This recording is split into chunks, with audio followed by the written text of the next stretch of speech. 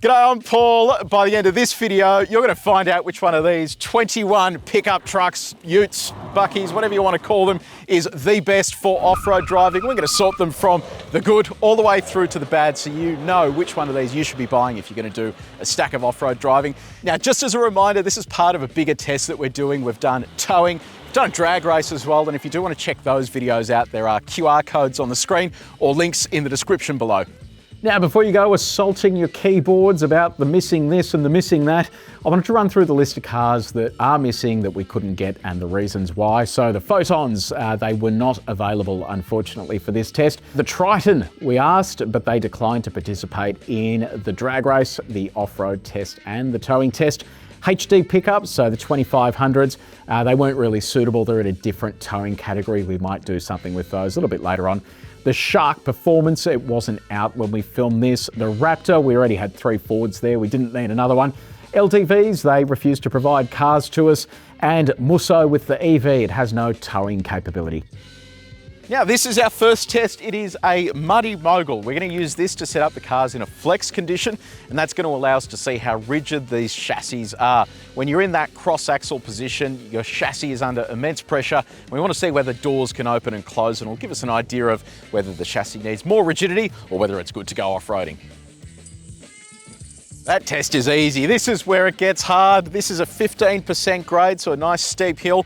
And these are rollers. These rollers simulate an ice road. Now you might be wondering, why do we want to simulate an ice road in summer? Well, we want to simulate an ice road because we want to see how effective traction control systems are. While cars can perform well off-road, they need to get the basics right, which is traction controls, and this is the type of tuning manufacturers do on traction control systems. So we're going to test both front-wheel drive and rear-wheel drive. The way that we do that is put the car into 4-wheel drive mode. We're going to load the entire left-hand side of the car on the rollers, so the whole left-hand side will think that it's on ice. Then we're going to put one tyre on the right-hand side on the rollers, and then the last tyre left is going to be the tyre that we want all the traction to go to.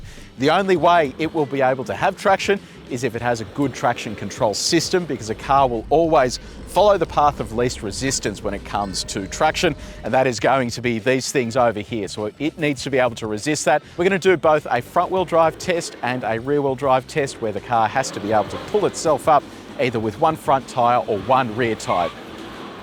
So while our rollers are the theoretical test, this is where we put that theory into practice. It is a 30% grade that is full of moguls. They're quite deep, they're offset, really will be quite a challenge for the vehicles. So on the rollers, we either ran 4-wheel drive auto, if the cars had that, or 4-wheel drive high range, depending on what the configuration was. Here it will be 4-wheel drive high range only, with diffs unlocked to begin with. We'll then start deducting points if we do have to lock differentials and change settings to get the vehicles up the top.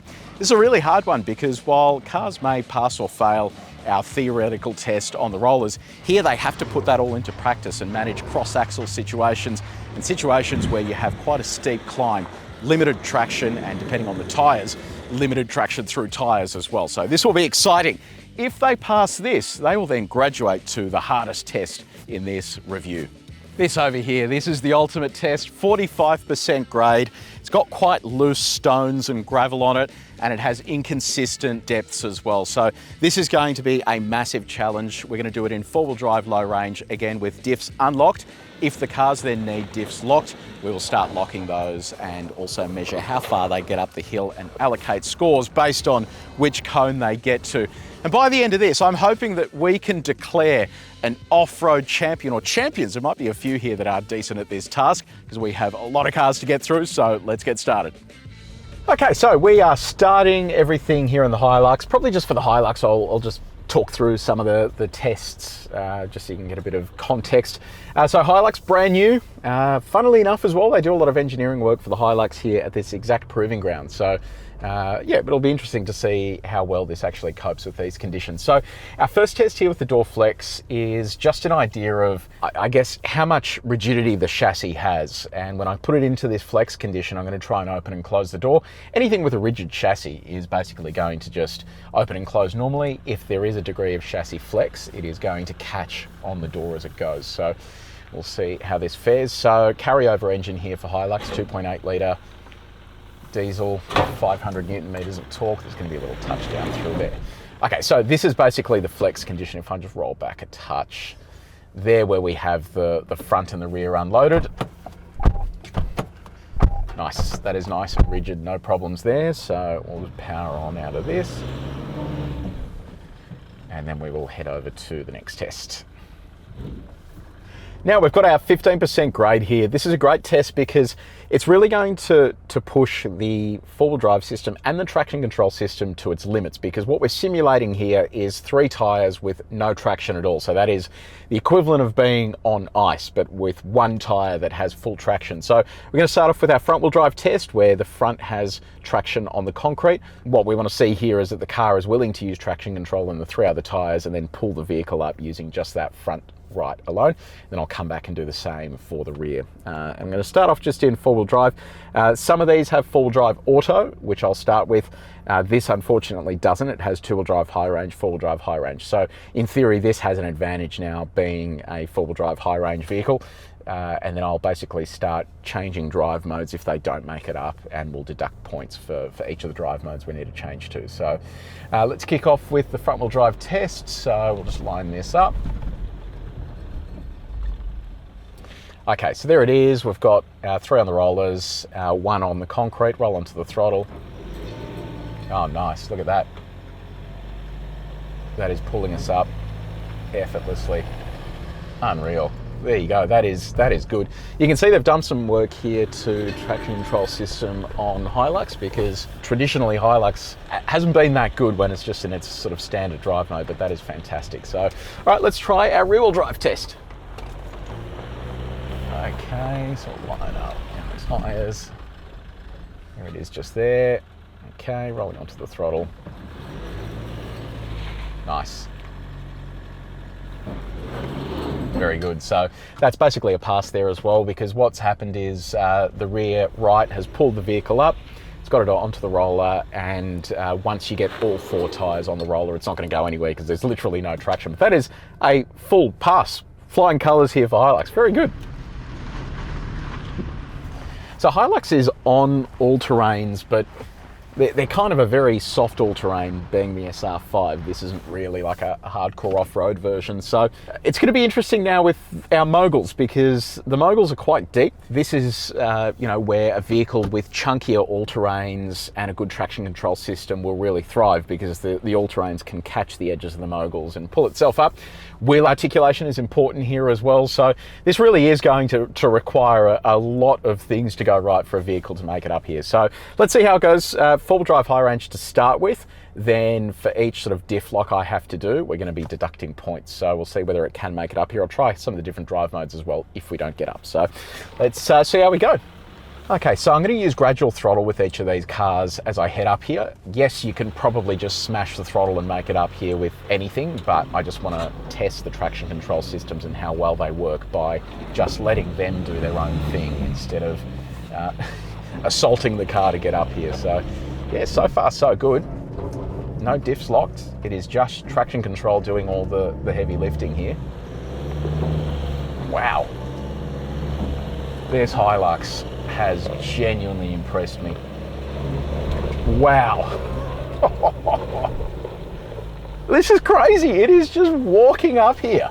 That is absolutely unbelievable. Fantastic. Good job, Toyota. All right, let's head over to the hardest obstacle, because it is literally past everything here with flying colours. So this is where it becomes really hard. We've got hills here that range from 60%, which is concrete, all the way through to 30%. This one is 45%, so it is a really steep hill. It's got loose sort of gravel and stone on it, so this is going to be difficult for these cars because you need to have traction here, and if you just get flares of wheel spin, it is just going to not get you anywhere, so it is going to be really tricky. So this is going to be done in low range in all of these vehicles, with an exception for a couple, which I'll explain a little bit later on. But same story again, low range. I'm not going to lock any diffs just yet until we have problems. So let's give this a shot.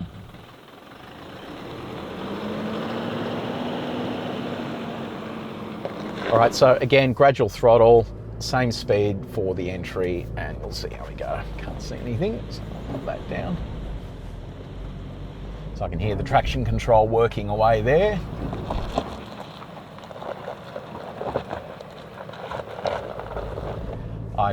This is rear diff unlocked. Unbelievable. It is getting up here without any problems. Holy crap. HiLux. Genuinely shocked with how well that went. It has just walked up there, past all of these obstacles with no problems at all. Haven't even had to touch any of these drive modes. That is seriously cool. So yeah, hat off to Toyota. They have done a ripper job here. They do have a hometown advantage. This is the proving ground that they do their engineering work at. So there is a chance that they've had a look at our other videos and gone, oh, let's make sure we can get up there. But either way, it's done well on these tyres. You can't beat physics ultimately at the end of the day. So great job, Toyota. Now here's a new entrant to the last time we did this test. MG has a dual cab ute. It's called the U9. You're looking at it right here. It is big. So big in terms of mass, just over 2.5 tons. But it has a pretty chunky engine, just over 500 Newton meters of torque. But in terms of its off-road credentials, you've got front and rear diff locks, low range, and a full-time four-wheel drive system that can go part-time if you switch it to eco mode. So a lot to sort of play with there, and you know, I think this should have the goods to get us where it needs to go. This has the optional all-terrain tyres on it too, so nice big chunky set of tyres. So let's see what the chassis rigidity is like. We'll start off here.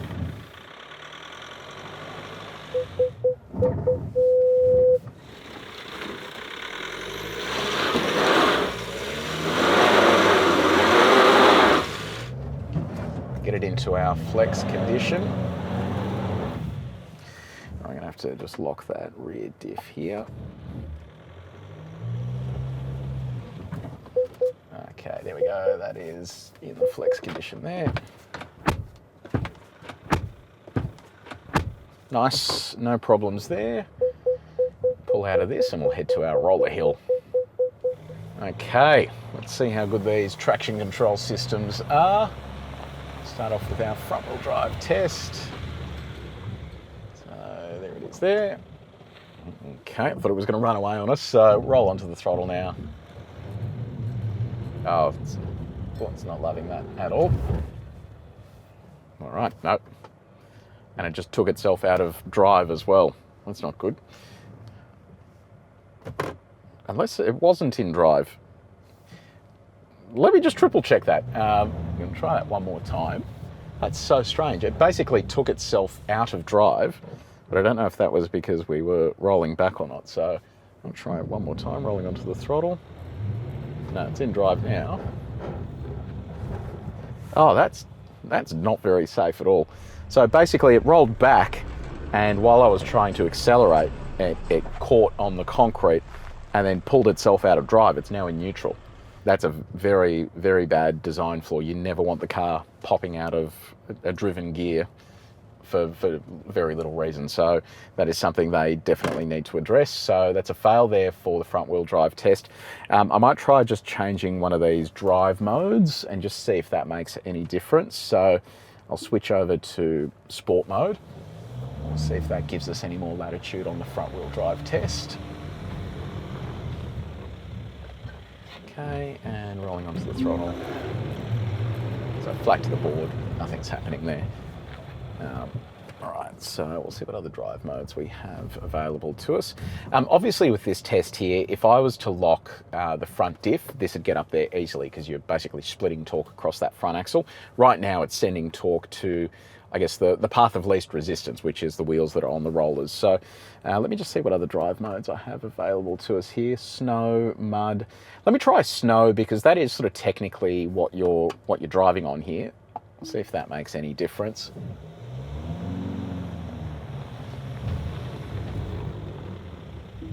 Okay, so here we go.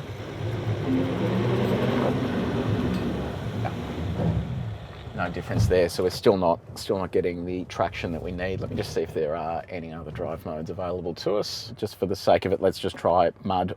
We'll see if it makes any difference, and then I'll move on to the rear wheel drive test.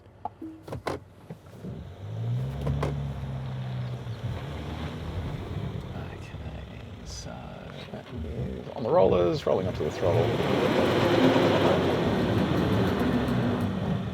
No difference there at all. So, all right, let's try the rear wheel drive test just in normal mode. We'll see if it has any more success with that.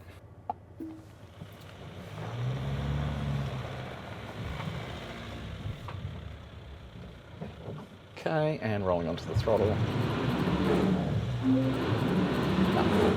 It's basically catching on the concrete, but that rear tyre just isn't rotating at all. So, yeah, that's a fail there.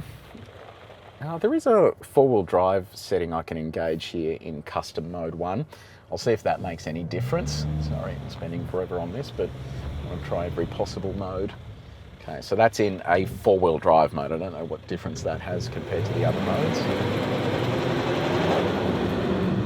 Clearly doesn't make much of a difference. So, all right, there you go. That is just a fail for both front-wheel drive and rear-wheel drive here. Regardless of which setting I tried, it just hasn't made any difference at all. Now, mogul time. Yeah, I'm going to have to figure out these drive modes. So I'm going to go over to the custom setting. In the custom setting, it actually allowed me to set up, so power mode, I'll leave that in standard. Four-wheel drive mode, I've locked that into four-wheel drive instead of auto. ESP mode, weaken. Steering assist, I'll just go standard.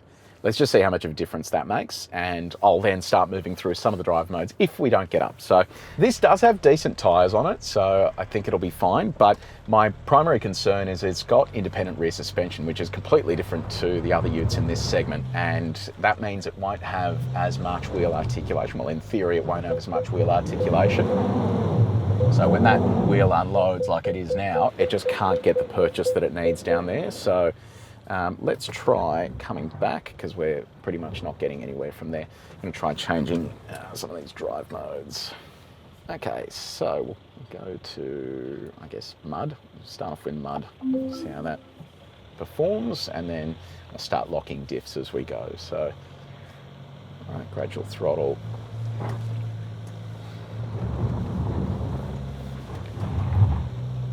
Okay, that's definitely getting further.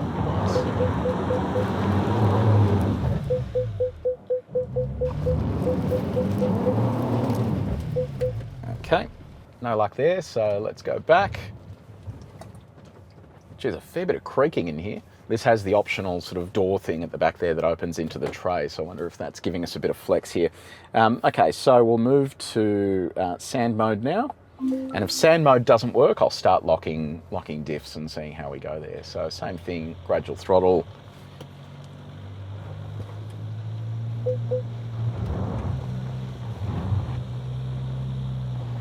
Stuck around here last time. Okay, same story again. Right, let's go back. I'll start with locking the rear diff. Good thing here is that you can actually lock both the rear and front diff in this high range mode, which you can't do in a lot of these dual cab utes. So we'll go over here to lock. We'll go rear diff lock to start with, and I've just left it in sand mode.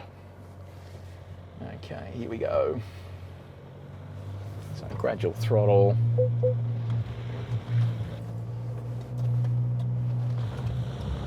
Yeah, that's made a big difference there.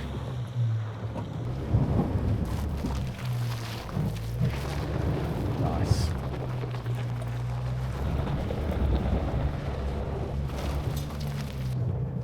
Nice.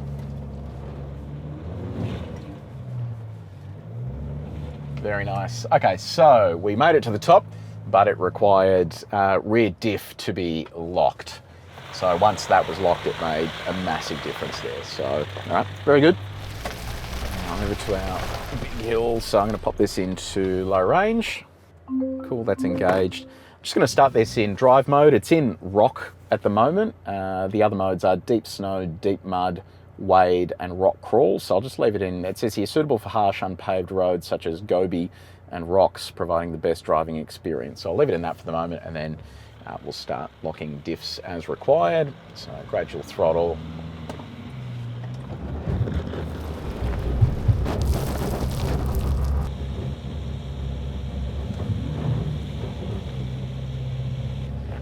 Oh, it's slowly getting there.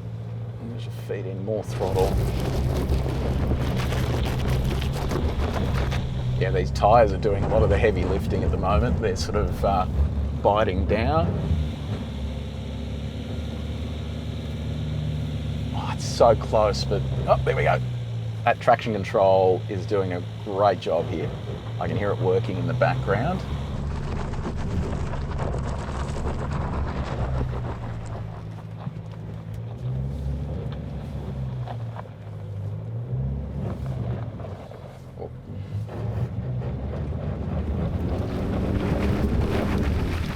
Oh, come on. Just won't get any higher than this. Okay, cool. Back up. So what I'll do now is just start locking some of these diffs. So we'll start with the rear diff lock. Cool. There is also an off-road expert mode here that kind of gives you a bit of a highlight of everything that's going on around the car. So let's give that a shot. I've got rear diff lock now. Let's see if it gets any further. So constant throttle again.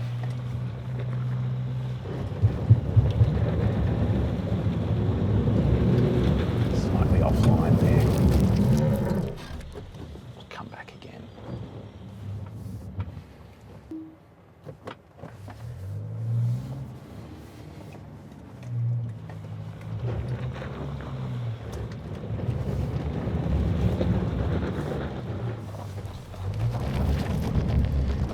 It appears to like this less than it did with the rear diff unlocked.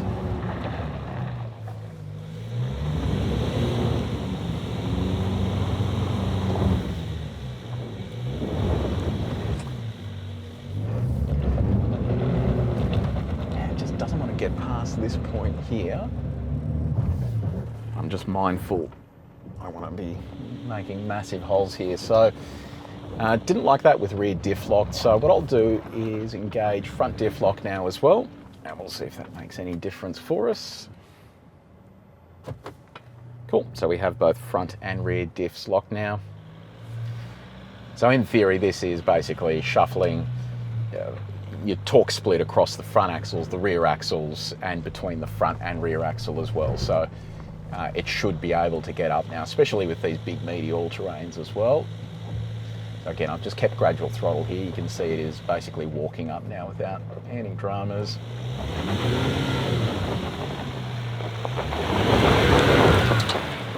Very nice, excellent. Okay, so we got there. A little ugly there without any of the diffs locked, but we got there in the end with both the front and rear diffs locked, and just a little bit of aggressiveness to it. But yeah, we got there in the end. That's the thing that counts.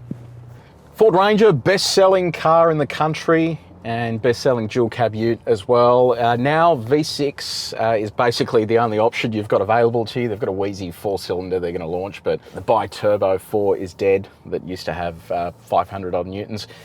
This is a 600 newton meter V6 diesel, same engine that they use in the Super Duty, except the Super Duty one is detuned and has AdBlues. So let's see how it goes. 4A is what we're going to start in. We've used this car in this test before and we had mixed results, so let's see how we fare here with this on its all-terrains. Alright, get this set up for our flex test, which is around there. Cool, all good for that. Actually, it's more there. Yeah, cool, all good. Roll out of this and head to our rollers. Okay, rollers. So we'll go front wheel drive test first. Okay, there it is there. Rolling onto the throttle.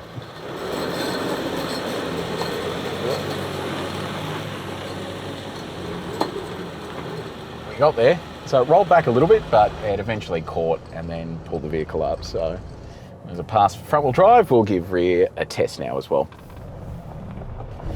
Okay, rear wheel drive test. We're on the rollers there.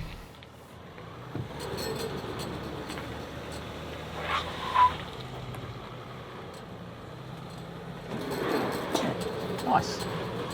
That's a pass there for front and rear for Ranger. So this particular car is on the highway terrain tyres. You can option this with all terrains, but it's just on the highway terrain, so I've just slotted it into 4 high. I'll just leave it in normal mode for the moment, and then we will progress through the drive modes as required. So turn that annoying parking sensor off. So gradual throttle again.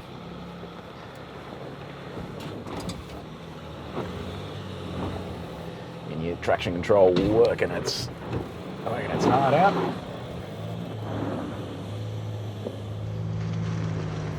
Okay, so I'm not going to get any further than that. We'll try a drive mode change, and then if that doesn't help us, we will switch to rear diff lock. So let's see what we've got here in terms of drive modes. Slippery, towing, mud/ruts. We'll try mud/ruts. That's going to lock the rear diff. So I'm going to unlock the rear diff just for the purpose of seeing whether the drive mode makes any difference. If it doesn't make any difference, I'll give that rear diff lock a shot. So gradual throttle again. So as we're going up here, we're sort of unloading wheels individually, and it's the car is then having to rapidly change where it's sending traction. So no success. It's the unloaded tyres that are getting all the wheel slip there. So we'll come back, and this time around I will just lock that rear diff and just leave it in the mud/ruts mode, because they are technically ruts. Okay, so rear diff is locked.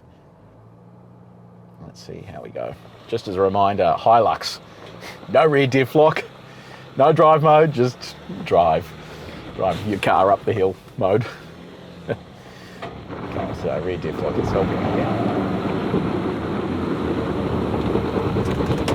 So that rear wheel is now rotating, which wasn't rotating before. It does still feel like it's struggling a bit here, like it's, you know, we aren't getting there, but it doesn't feel anywhere near as effortless as it did in the HiLux. The rear diff lock is doing all the heavy lifting.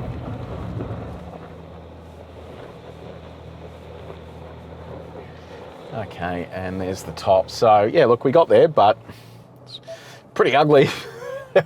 All right, let's head back down and we'll give our steep incline a crack.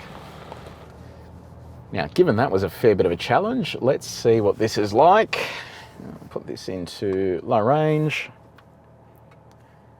So again, I'll leave the rear diff unlocked for the moment. And we will see how we go. What drive modes have we got here? Okay, so let's leave it in mud/ruts. We'll see what happens. So rear diff is unlocked. Gradual throttle.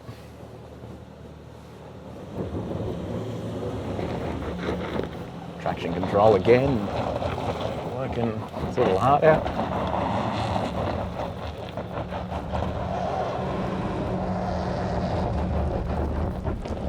Traction control is doing a much better job here on this hill.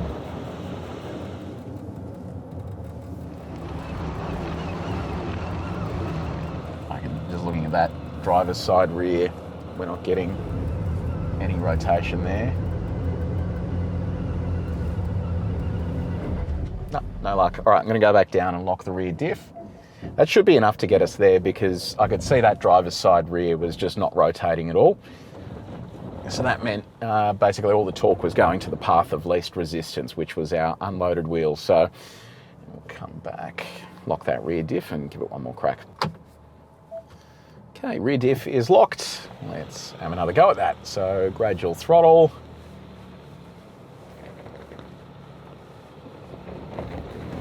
Whoa.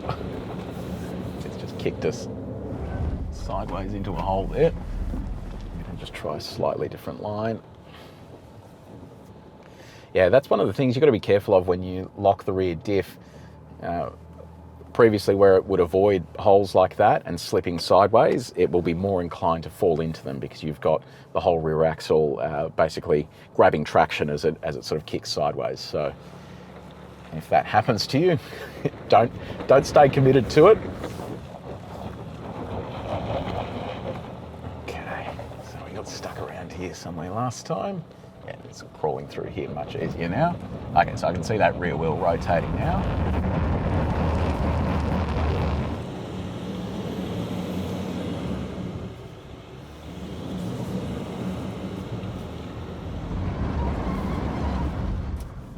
Just another bite at that. Come back a touch.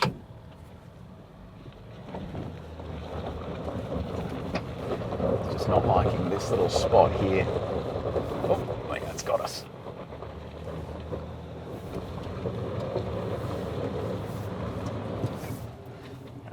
careful there. I don't want to kick too far sideways. It's a very steep hill. So I'll go back down. I'm going to try one other drive mode, see if that makes any difference for us. But yeah, it really is struggling. I'm finding that I'm going to have to put in a lot of work here. And like I said before, this is a thing, I can just mash the throttle and we can just smash our way up here. But the whole purpose of this is to see how good these driver aids actually work to help you make it up here. So give that another shot. Let's see what other drive modes we've got available to us. Mud ruts, sand, and slippery. Well, technically this is slippery, so let's give that a shot. See if that makes any difference.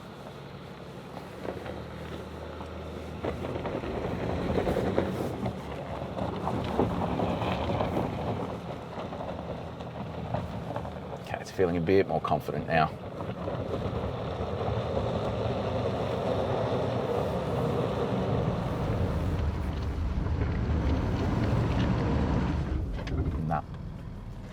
So it looks like slippery wants us to go back to four-wheel drive high range. So I think this is a fail for the Ranger.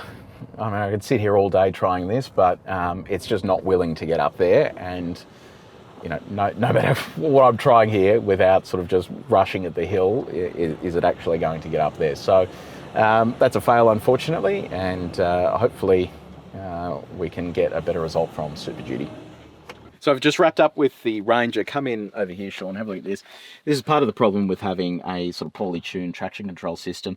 It allows you to basically chew through your tyres because it has the lack of sophistication to limit wheel slip. And that is ultimately going to cause you headaches down the track because you're going to need a brand new set of tyres. I don't think they're going to be roadworthy anymore. Navara. So this basically now shares a platform with the Mitsubishi Triton. The big difference though is that they have a local ride and handling tune, and bizarrely they fit the suspension components here in Australia. So the car comes to Australia with other suspension and then they fit it here, which I don't entirely understand, but you know, it is what it is.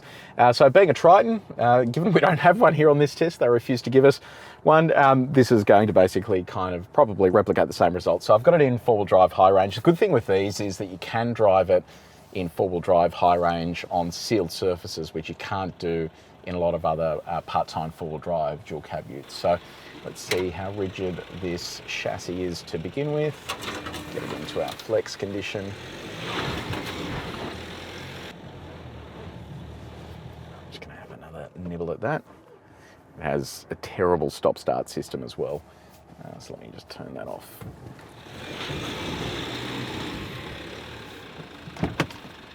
There's our flex. Yeah, it's fine. It's just a tiny bit of flex, but not enough to prevent the door from closing. Okay, rollers. Let's see how good this traction control system is. Line it up for front-wheel drive tests. Around about there somewhere. Okay, here we go. Oop, I'm pinned to the board here. Oh, that's not good. All right, so that is a fail there on that first run. I might just see what other drive modes we have available to us here. So we have normal, gravel, and snow. Let's try gravel. See how that works. Okay, here we go. Yeah, gravel works just as poorly, so I'll try snow now as well. Okay, snow mode is active.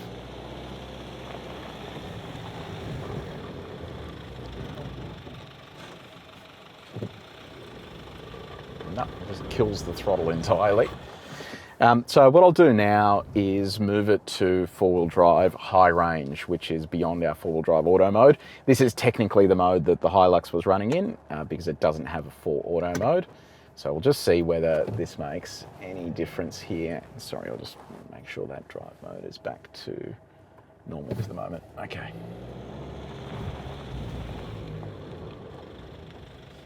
Okay, and here we go. No difference there. We've got other drive modes available to us in four-wheel drive high range, so let me just see if I can try one of those. We've got mud.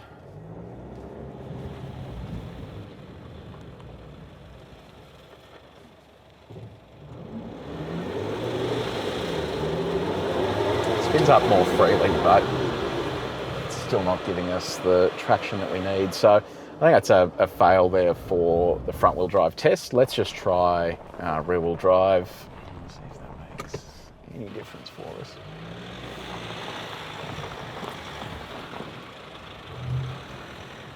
Okay, here we go.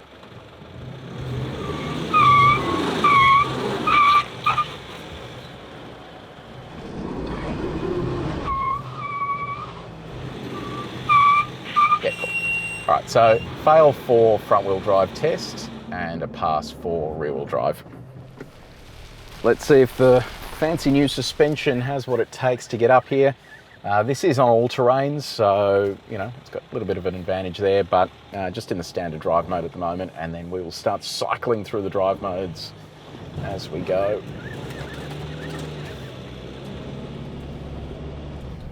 Okay, getting nowhere there, so we'll come back and I'll give another drive mode a crack.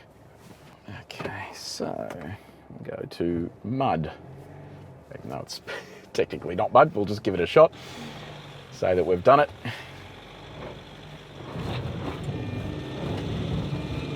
There we go, the traction control's biting a little bit there.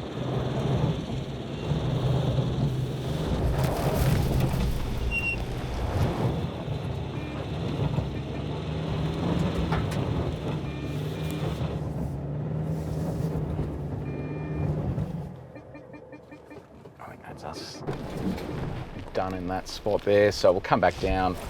That was a big drop. There is a snow mode, but I reckon we'll just go straight to rear diff lock because yeah, we're just not really getting the sort of progress that we need here. So this has moved away. Last generation Navara had coil spring rear. This has moved away from that, so we'll see how it goes.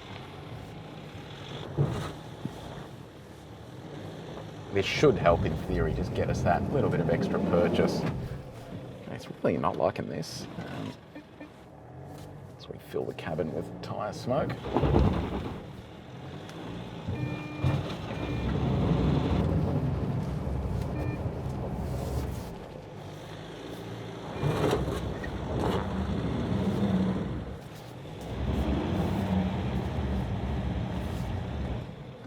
Not liking that at all. All right, we'll go back down. I'll try one more drive mode.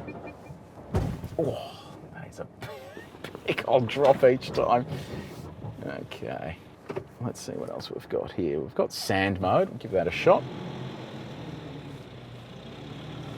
So gradual throttle.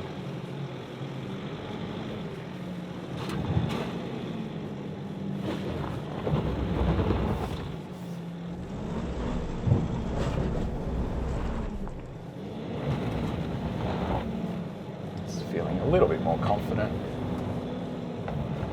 Yeah, nice. This is feeling much more confident. So you can see the sand mode there. It's doing a better job of getting this up with the rear diff locked. So yeah, we got there in the end. Just not as easy as it should have been. So yeah. Okay, so big hill, low range. Slide that over to low range. Cool. So what drive modes we've got here? We've got normal and rock. So go to rock. Rear diff is unlocked for the moment. Let's see how we go. You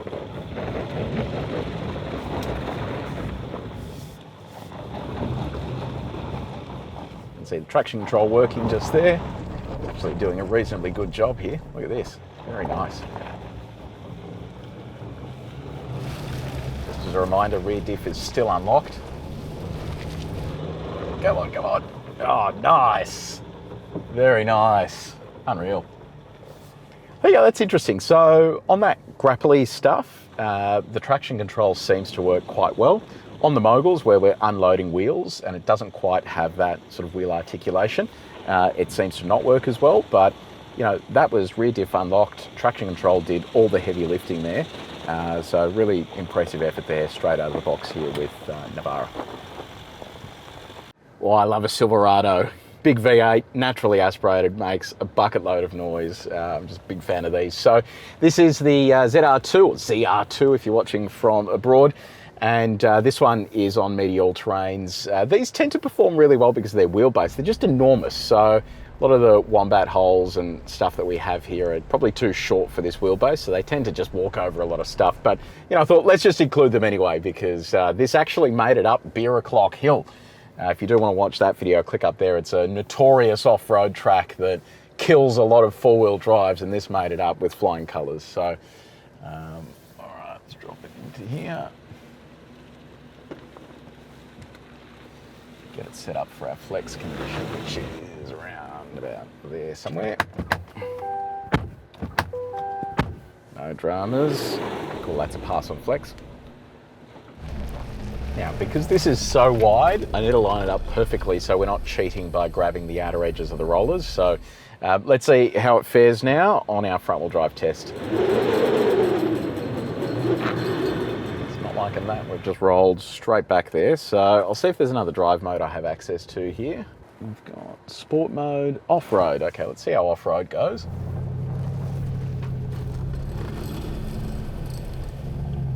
Okay, there we go. We're central, we're in off-road mode. Let's see how it fares now.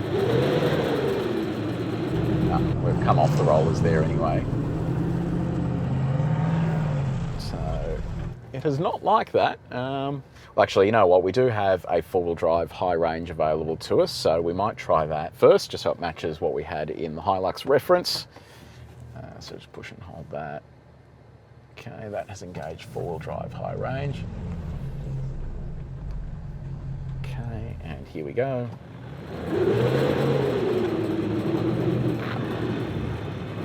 No, it's not liking that. All right, we'll try our rear-wheel drive test. Let's see how that goes. There we go, it's hooking up there on rear wheel drive test. It's sort of pulling the vehicle up enough so that it can get the traction that it needs. So it's a fail for front wheel drive, but a pass for rear wheel drive. Okay, mogul time, slot this into four wheel drive high range. I've left it in off-road mode. Let's see how we go. I think the wheelbase is going to work well for it here. Plus it has a very chunky and meaty set of all-terrain tyres. So it was basically this spec that got it up Beer O'Clock Hill, just completely stock. So, all right, gradual throttle, through we go. Nice big wheel articulation as well to get us through this.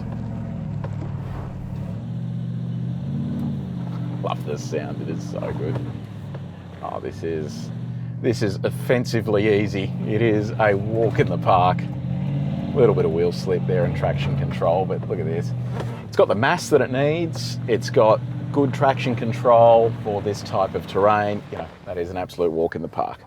Okay, big hill, so flick this into low range. Let's just see what other drive modes we have available to us in low range as well. So it's 4 low, okay, that's now engaged. So we've got terrain, off-road and terrain. I wonder what the difference is between off-road and terrain.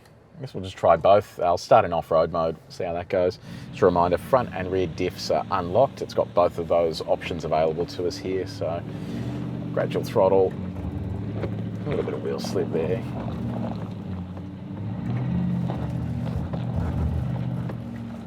Oh, so easy. So easy. Look at that. You can hear the traction control biting away, but crawled up here with no problems at all. This is an absolute beast off-road, I love it. Okay, we're in something a bit controversial, the BYD Shark. Now the reason I say that is, well, two things. Firstly, the first time we tested this off-road wasn't very good. And they then did some software updates. They claimed to have fixed a lot of the problems. Didn't really fix them, but it did improve them.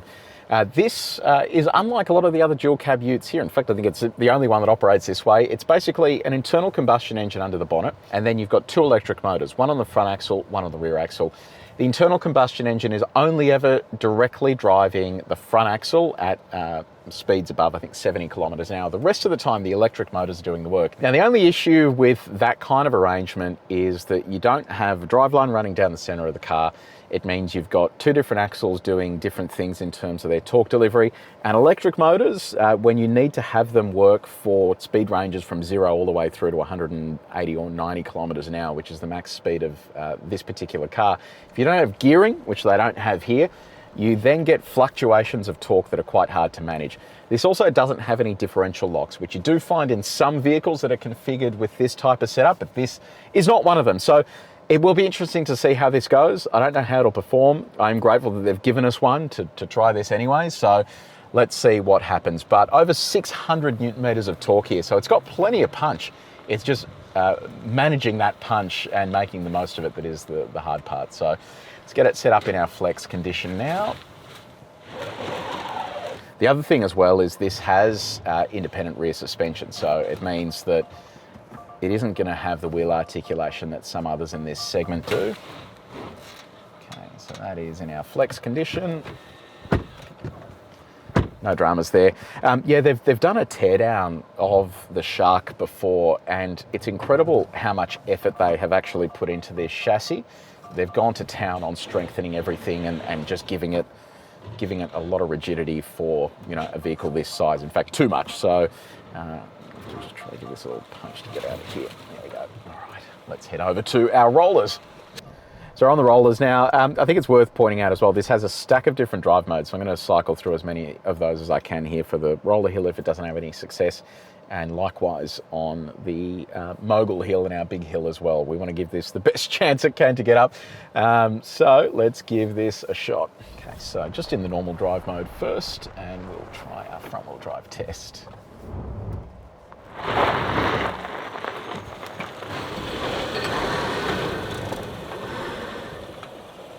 Okay, we're on the hill, so normal mode, roll onto the throttle. Oh, is it going to catch? Nice.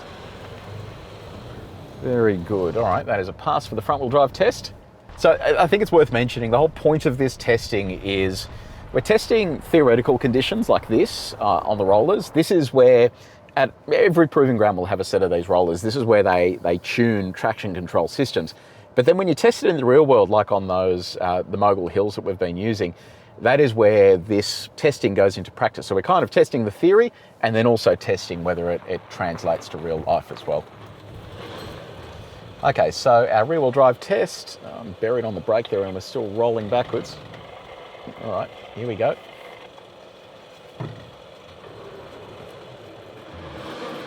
I like there with the rear wheel drive. Yeah, it's basically just not letting us send any torque there to that rear right. Once it gets on the rollers, it just completely stops. So what we'll do, I'll try another drive mode here. So I'll come back and we'll try, what do we got here? We've got sport mode. Let's give that a shot. So that's made the throttle super sharp and sensitive. Okay, and rolling onto the throttle.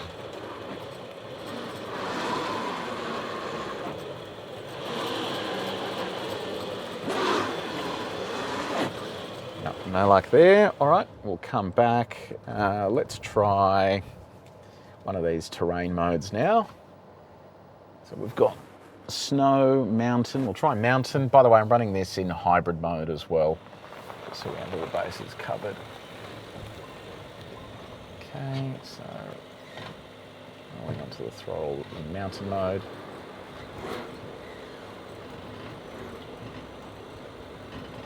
Going harder and harder on the throttle. There we go, that's working.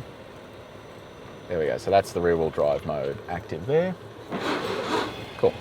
Okay, so it's basically a pass for the front wheel drive mode, and for rear wheel drive we've had to engage mountain mode to get it up there, but it eventually managed to do that when we switched those drive modes. Just to add to confusion, because we don't have a four-wheel drive high range mode here, I'm just going to stick it straight into one of its terrain modes, and we'll see how willing it is here to manage the flares of wheel slip. This is on pretty basic road tyres as well, so nothing too aggressive here. Pop it in mountain mode to start with, and then I'll work my way through the mode, so I don't have any complaints about telling me I should have been in snow mode or sand or anything like that. So gradual throttle, it's in hybrid mode at the moment. Let's see how it goes here. Turn the parking sensor off as well. Okay, so it's trying to limit wheel slip as we climb. So let's see how it goes once we unload some of these wheels. I'm now flat to the board, and it's doing what it does on our hill back at the proving ground, where it just doesn't do much. Get a bit of steering input here, see if that helps us at all. No, just basically not getting anywhere. So I'll come back down and I'll switch to the next available drive mode. Next available mode is snow. So let's give snow a shot. So same story again, gradual throttle. Let the traction control do all the work.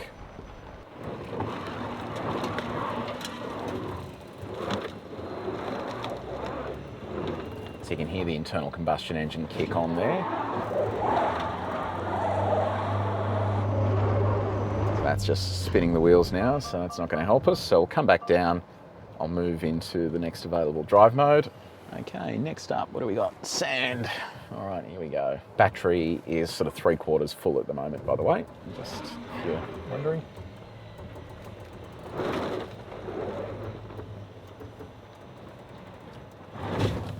Touch down there.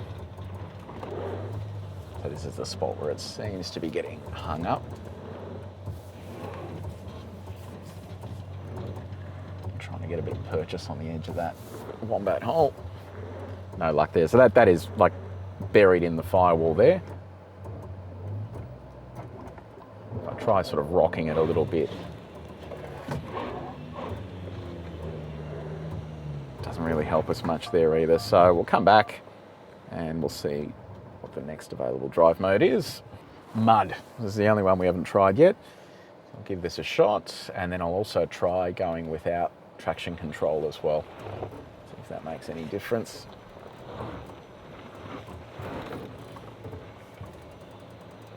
This is feeling a little bit more confident. Oh, we're getting further than we did before. Oh, are we going to make it? Come on. We might actually make this. Come on, come on. We might actually make this. Look at this. Oh, sensational. Look at that, we made it. All right, so what was that? Mud mode for the win. Fantastic, we got up there. That is unreal. I was not expecting this to make it, to be honest, so that is cool. All right, let's go try our really steep hill now. Now, I'm going to stick with a good thing, given mud mode just worked there. Let's try mud mode here for our steep climb, because there's no diff locks or anything like that. This is as good as it's going to get. I will try the other drive modes if we need to. So gradual throttle. This is quite a steep hill, so it's going to be a challenge for it. Let's see how it performs. Okay, so that's flat to the board. It's managing wheel slip at the moment.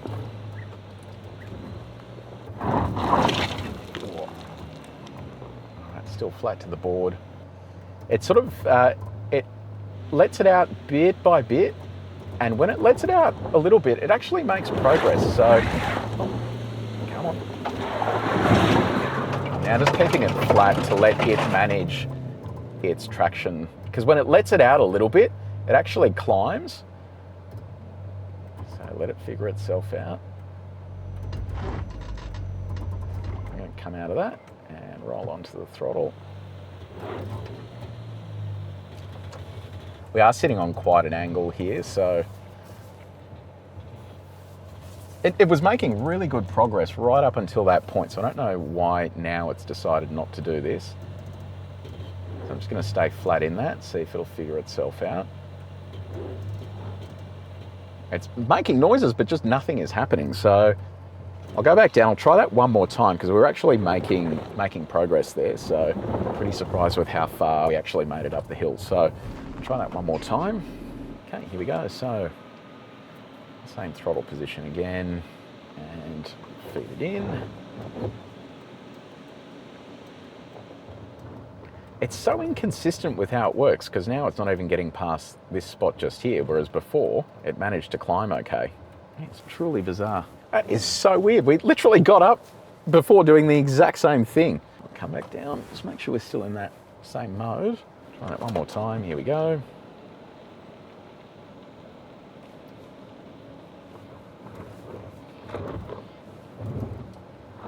That is honestly bizarre. It got almost all the way up just before, and now it's giving us a little bit of wheel slip there. I can feel that it's willing to go, but it just won't give us the purchase. All right, I'm giving up on this drive mode. Let's see what other drive mode we have available to us here. Okay, sand, go mountain. Give that a shot. See if that makes a meaningful enough difference for us. Okay, flat to the board again, and we're now back in this position where it's just not really doing much.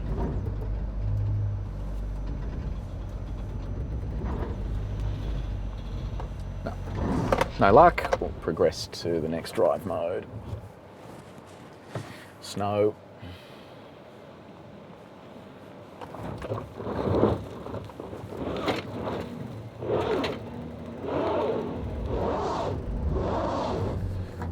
No luck on snow. What do we got next? Sand.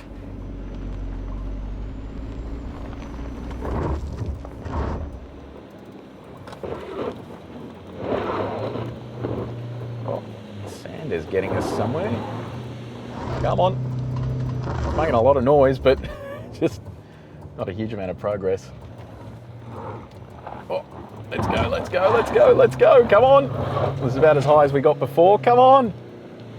Oh, it's so close.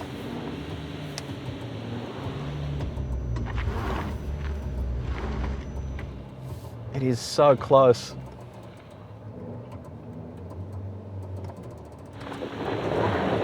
Come on.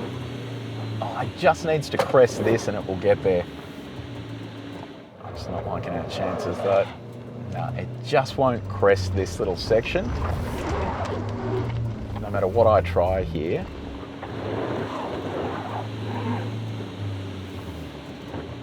No, it's not going to try.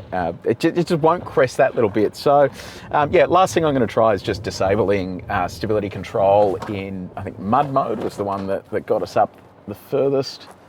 That's back in mud. I'm going to turn stability control off entirely. So stability control is off now. I'll just see if that helps at all. This is probably just going to result in a whole heap of wheel slip, which won't help us get anywhere. See, it's interesting, I've disabled ESC, but it's clearly still running traction control.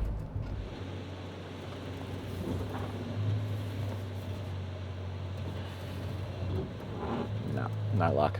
All right, that's a shame. We almost got there. It came so close. But yeah, no pass there for the Shark. I'm pretty impressed with how far it did get though. Purists around the world are sobbing into their mugs of coffee because Ram got rid of the V8 and the V8's making a comeback, but at the moment we have the 6. And the 6 is technically like a rocket ship in comparison. You've got a turbocharged 6-cylinder engine. It makes over 300 kilowatts of power. It is mammothly quick. So from that point of view, it is, you know, a more superior product, but, you know, it kind of sounds like a sewing machine, but it is what it is. So this spec here, the Rebel, it's off-road focus. You've got big chunky all-terrains. It doesn't have some of the creature comforts inside the cabin, but it still feels, you know, looks and feels really nice in here. We've got a rear diff lock as well.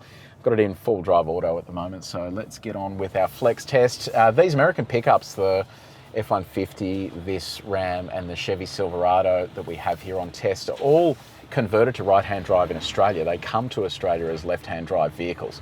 So all the work is actually done here in Australia to make them right-hand drive. They did well there because the door closes, so it's a pass on the flex test. This thing is wide, so I'm gonna have to be very careful about lining it up correctly here. We want it to make sure it's not cheating by being just off the rollers. So there it is there. All right, front wheel drive test. Let's give this a shot. Rolling onto the throttle. Nothing go there. It's yeah, we're on the edge of that. So no luck there. I'm going to try one of the different drive modes here just to see if we have any better success with that. Okay, so we've got a little thing here for drive modes, tow, sport. I'll go off-road, see if that makes any difference.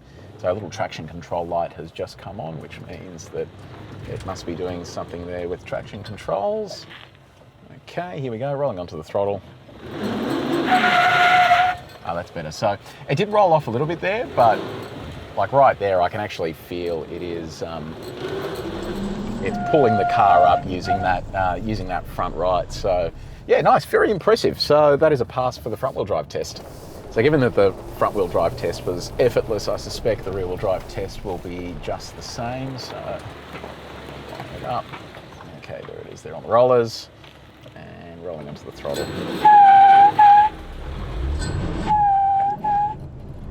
Very nice. Excellent, good job, Ram.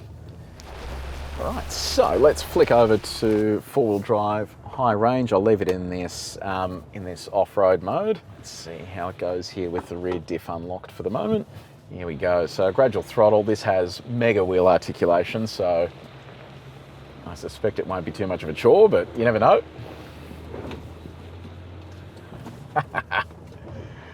This thing is a beast. Have a look at it go. It is walking up here with no drama in the world. It was literally the first time I've heard traction control say anything. Look at that. Wowee, this is so capable. Unreal. So big chunky tyres, decent traction control system, great four-wheel drive system. It honestly just makes it a walk in the park. Okay, so pop this into low range. So rear diff unlocked. I've just left it in the same drive mode. Here we go. All right, so bit by bit.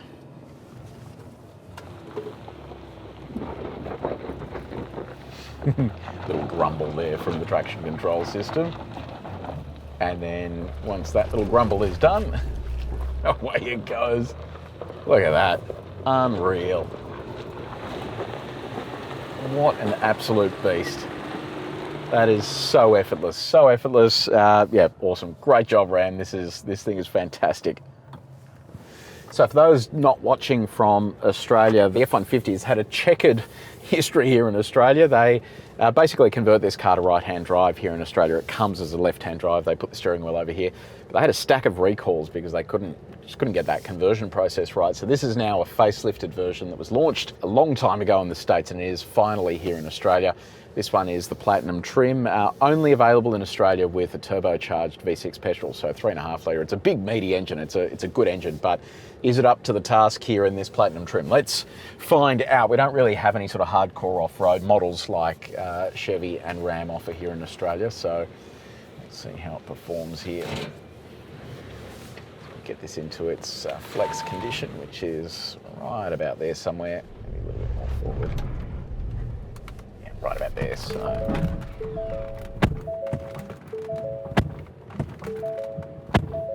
Yeah, it's doing a good job. Excellent. All right. Forward. Let's go to the rollers. Confident this should be okay on here. It's nice and wide, so we're just going to try and center it as well as we can. Get it set up for our front-wheel drive test. Here we go. There, we're catching the edges of that roller, so that is a fail there for the front wheel drive test. I'm going to try just a different drive mode here. We are just in the normal mode, there is an off-road mode, so we'll give that a shot.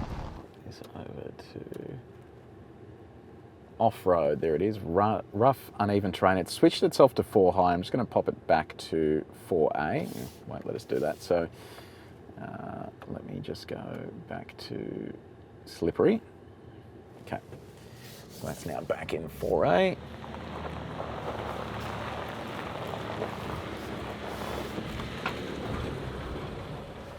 Okay, here we go, rolling onto the throttle. No luck there either, that's just rolled all the way back. All right, I'm going to pop this over to four-wheel drive high range, see if that makes any difference. I'll put it into the off-road mode. That flicked it over to four-wheel drive high range, but I'm going to unlock the rear diff. Cool, that is unlocked. All right, here we go.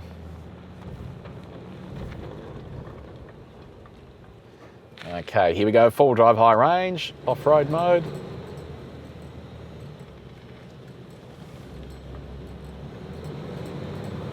So close, there we go. I think we've caught there, just checking the judges to make sure we haven't come off. Yeah, nice. Okay, so we did need to switch it to four-wheel drive high range there, so that basically matches the HiLux in terms of the drive mode we had to use for front-wheel drive. So we'll come back and give rear-wheel drive a shot. Okay, we'll lock onto that, rolling onto the throttle. Get in there. Nice. Cool. Okay, so eventual pass there for front wheel drive and rear wheel drive.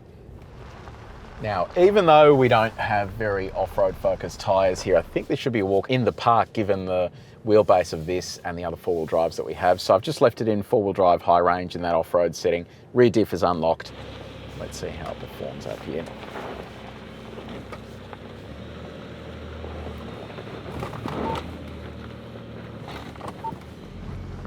A little touchdown there on those side steps.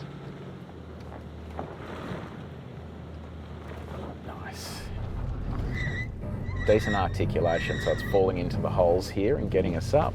A little bit of wheel slip there, but it was managed by traction control. Again, just laying further into the throttle. Very nice. So traction control is doing all the heavy lifting there, so very good. Alrighty, cool. Let's go to the big hill. All right, flick this over to low range. We'll see what other drive modes we've got available to us here in low range as well. So it's basically the same, so I'll just leave it in off-road, which is rough, uneven, mixed terrain, which is pretty much this. So gradual throttle, I've left the rear diff unlocked, so let's just see how it goes without that. There you go, you can hear the traction control doing its thing there. Even on these pretty basic road tyres, it's climbing up here without any dramas. That is fantastic. Oh, that is unreal. Very impressive. Good job, F-150 Platinum. Not even the off-road spec like the Chevy and the Ram, and it walked up there. So hat off to Ford. Nice one. Now the Jack T9. This wasn't in our last test. It's priced at under $50,000. It is absolutely dirt cheap. So I want to see how well it does here given how inexpensive it is. You know, it doesn't have to be amazing on-road if you're going to be using it primarily for this sort of stuff. Can it actually do off-roading? How does it go? So let's find out. It's over in 4H. So it's a 2-litre 4-cylinder diesel, just over 400 Newton meters of torque. It's on a pretty basic set of highway terrains. They are working on a plug-in hybrid version of this, but this is all we have at the moment, and it's got quite low side steps. I think the standard ground clearance was 210, so curious to see how it goes through here. Well, it's not too bad. It's got enough clearance there, so let's get it up and see what the rigidity's like. Okay, there it is there. Cool. That is nice and solid. Let's head over to the rollers. Okay, so roller time. We'll do our front wheel drive test first. Okay, there we go. So we're just in four-wheel drive high range, like the HiLux, because this is a part-time four-wheel drive. It's kind of cheating a little bit, but that's all right. We'll see how it goes. Rolling onto the throttle. Okay, well, obviously didn't help much. All right, let's see if we've got other drive modes we have access to here. So we've got normal, eco, sport, and snow. I reckon let's go snow, because that's kind of icy, like what this is. All right, and roll onto the throttle.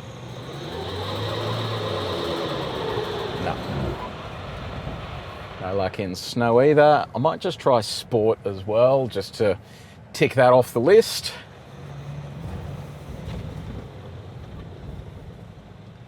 Okay, and then rolling onto the throttle. No luck there either. All right, I guess let's try our rear-wheel drive test now. All right, we're on the rollers, and here we go.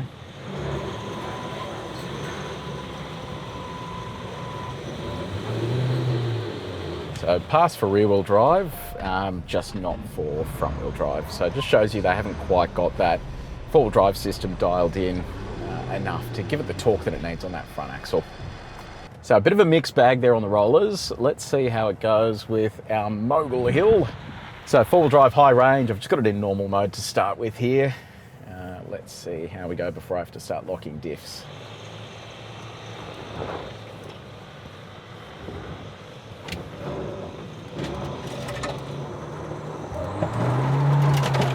Oop, traction control just kind of stopped working there. And it's, for some reason, just locked the rear diff on its own. And it just came up with a transmission fault as well. That's now cleared itself. We'll try that one more time. I don't know what's going on there. I didn't lock the rear diff, but it just came up saying that it was locked. I'll try that one more time.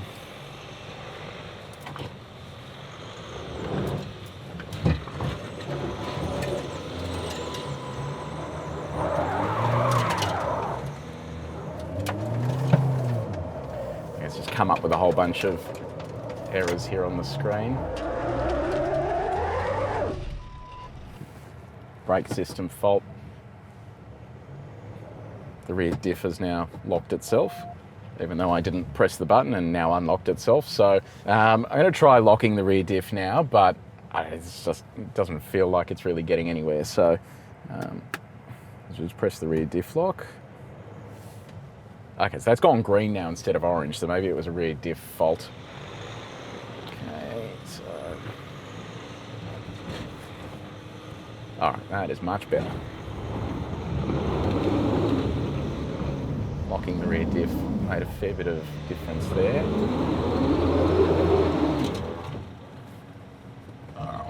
Go back and have another bite at that. It was going okay up until that point, so let's try that one more time. Let's see if we can have any more success. So, constant speed.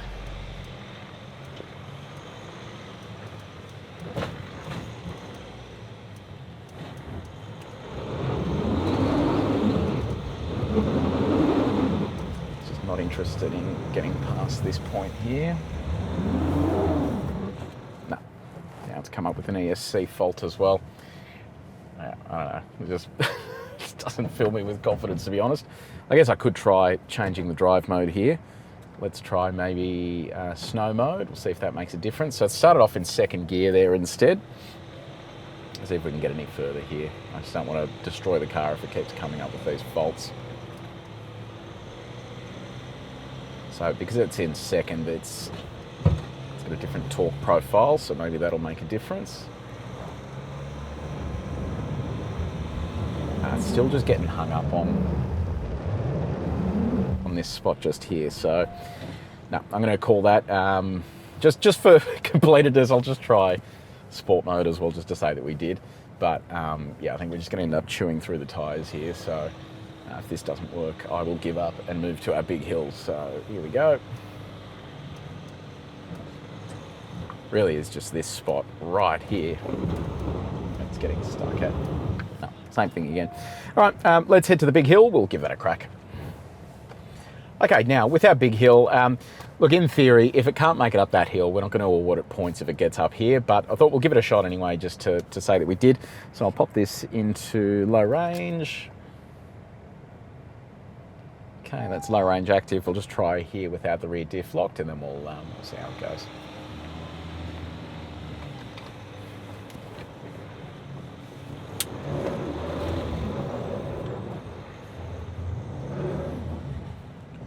No luck there. I'm going to lock the rear diff. It seems like a fairly unsophisticated traction control system, and as a result of that, it's just kind of just munching through this without any great deal of sophistication. So I've got the rear diff locked now. See how it goes.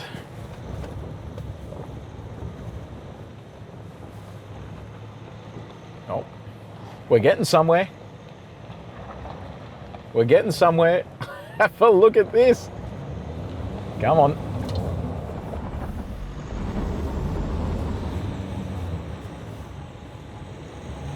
Just trying to get the purchase that we need here. It's just not sending enough torque to that front axle. Let me just give it one more little nudge here. Just from this spot. I'll just see if it makes any difference.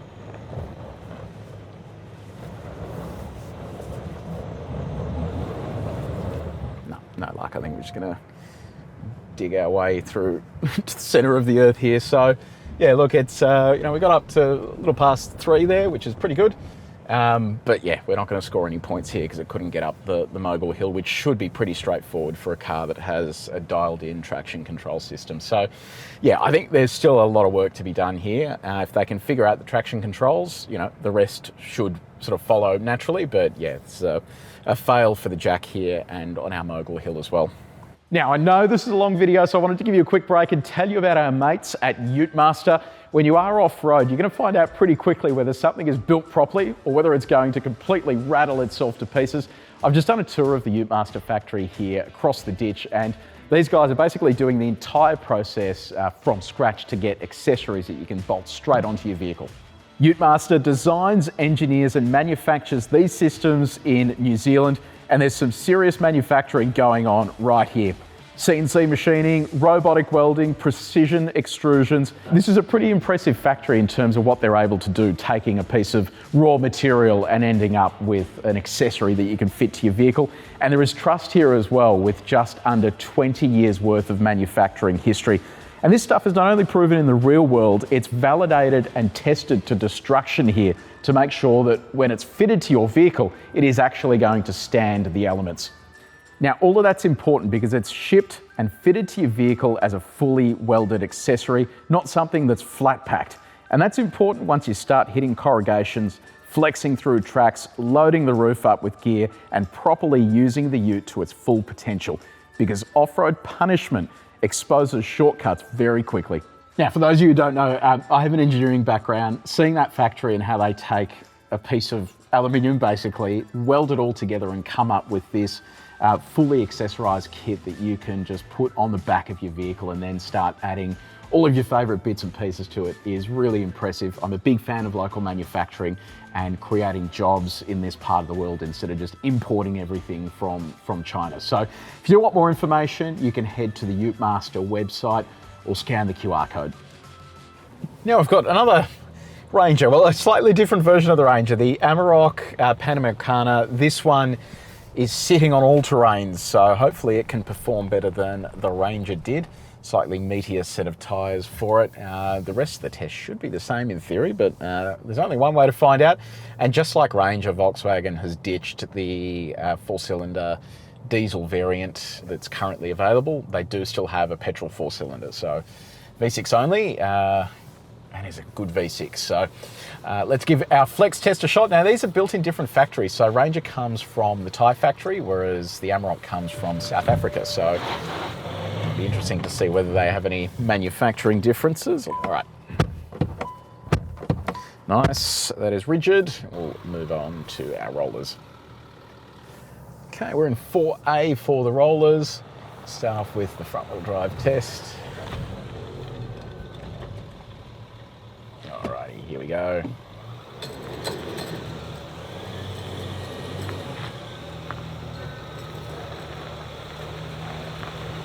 Nice.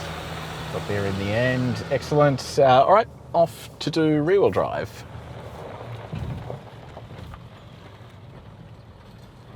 Okay, that's on. Here we go. Nice. That is a pass for the rear wheel drive test as well. Okay, 4 high is engaged. I've left it just in the normal drive mode. We'll see how it fares. We can start playing with drive modes as we go. Parking sensors, be quiet. So having all terrains, this should be able to just get a little bit more purchase on that ground. So it works really well. When you feel it slipping, it is basically then aggressively applying traction control just to get it all moving again.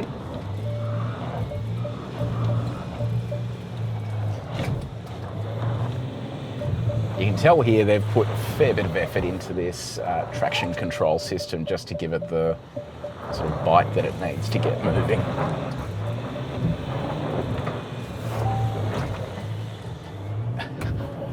Come on. I'm trying as hard as I can here to get this up, but it is an absolute chore. No, we're not going to be able to get past that, so I'm going to have to lock the rear diff. I don't really want to have to go down from here. We've got a lot of... God, these parking sensors are so annoying. All right, so we'll get rid of that. So I'm going to lock the rear diff now. We'll just see if that makes enough of a difference for us to climb the rest of it. All right, there we go. That's what it needed. Alrighty, we got there in the end, but it was having to work to achieve that, and ultimately we had to lock the rear diff because I didn't want to go back down because those wombat holes were quite sort of offset. So if you catch one of those on a weird angle, you end up on your roof. So ultimately we had to lock the rear diff there regardless. So yeah, it's a pass, but just with points deducted for rear diff lock. Okay, big hill time. Will it make it up here? The Ranger didn't. So straight into low range. I'll just try locking the rear diff if we don't make it up here.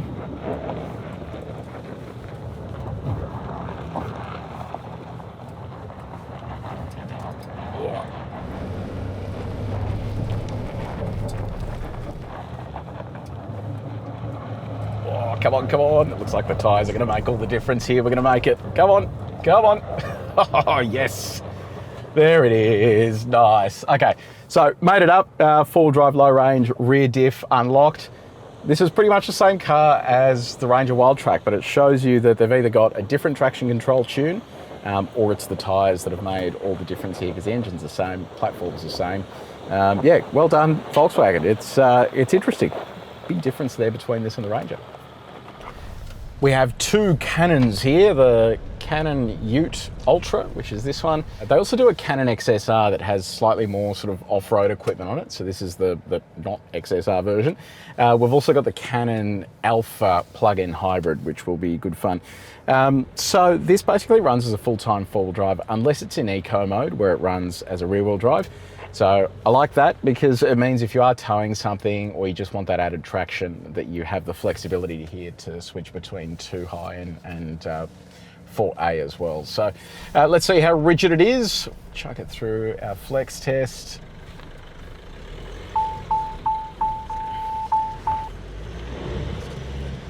Okay, so out there somewhere. Nice, very good. Right, onto the rollers. So we'll just stay in the standard mode for the rollers because it should be fine. Okay, here we go.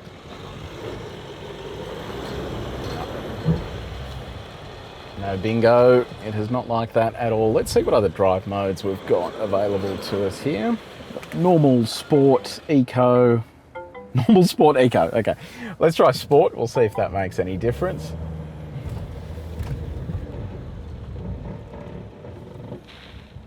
Okay, here we go, rolling on.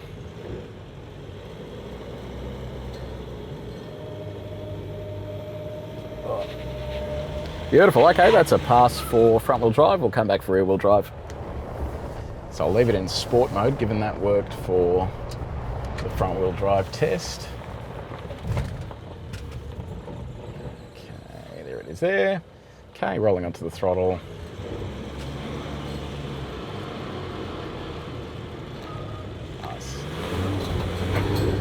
Nice, excellent, it got there. Perfect, good job for front wheel drive and rear wheel drive. So it's interesting, there is no, as far as I can tell, there is no 4H mode. There's just normal, sport and eco. With the Cannon Alpha, you've actually got like a 4H mode for it to go into. So yeah, a little bit odd. So let's see what happens just here in normal mode. Actually, you know what, sport mode was the better one over there on the rollers. So we'll try sport mode first. And then if that fails, we'll lock a diff. See how it goes.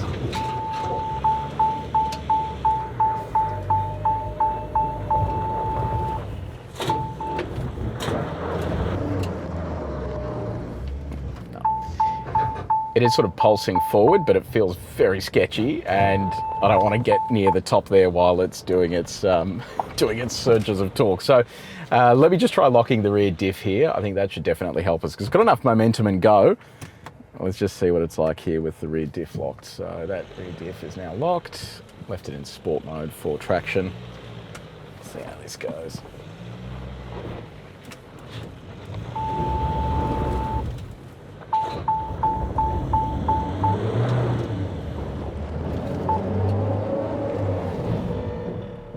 Digging a hole there. Let's go back. I might try a different mode because sport mode makes the throttle way too sensitive. God, these parking sensors are annoying.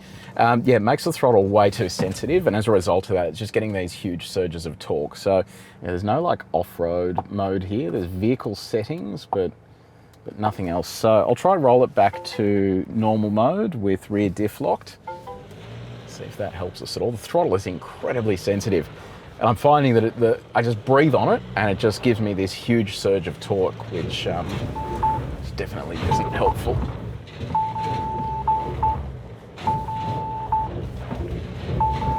Look, it's getting up here. It's not fighting me too much. Yeah, this throttle is way too sensitive. So I'm just minutely changing my throttle here and it is just surging torque. So I think they've definitely got to work on that, or even just have an off-road mode that allows it to be just a bit more conscious on throttle sensitivity, because it would make a massive difference there. So that is a pass, but just deducting points for having to lock the rear diff. So I kind of walked up that other hill once we got moving and the rear diff was locked. So drop this into low range. I'll see if we've got any other sort of drive modes available to us here. So that's in low range now. Have a quick look at the drive modes here. Yeah, so no drive modes in low range. So I'll start off with rear diff unlocked and we'll see how we go. Throttle is just as sharp here in low range. But traction control is doing its thing. Don't tell me. Traction control is actually excellent here. Look at this. Holy moly. Oh, nice. Oh man, that is unreal. GWM Cannon for the win there, and we are on some pretty basic tyres as well. Fantastic. So yeah, look, that was low range, rear diff unlocked. Went up there without any dramas. I reckon if they added an off-road mode to this that made the throttle a little less sensitive, this would be bloody unreal. So there you go. Nice one. So if you thought the BYD Shark had a bit of poke, 750 Newton meters in this beast, but it does weigh a lot. It is a little over 2.8 tons, so I think it is the heaviest, or one of the heaviest cars here, which means that it is working with a lot, but that also means that you've got a bit more mass on these tyres and they should be able to then hook up. The tyres are nothing special though, so yeah, this will be an interesting little exercise, I think. So we'll start off here with our flex test. Here we go. So I'm running it in HEV mode as well. Battery is at 87%, FYI. So let this tip right about there. Okay, so let's see what this is like. Nice, it's very nice and rigid. So these have to be kind of rigid because you're working with a pretty big battery here, around 30 kilowatt hours. That sits at the back. The chassis has to then take towing load, payload, the battery itself, the vehicle itself. It is a lot of mass to be carrying around, so it really does have to be sturdy enough to take all of that without any dramas. So let's head over and give the rollers a crack. So also, unlike the BYD Shark, this has a traditional driveline that runs down the center, and the plug-in hybrid component is an electric motor that sits within the transmission. So it means that you still have the ability to have a front and rear diff lock and still have kind of the benefits that you have of a standard dual cab ute. So let's give this a shot. Here we go. No luck there in normal mode. So we'll come back and let's have a look at what other modes we have available to us. In the standard Cannon, we used sport mode. So I'll give that a crack here, see what kind of a difference that makes. Okay, whoa, my foot is flat on the brake there and it's going backwards. All right, here we go.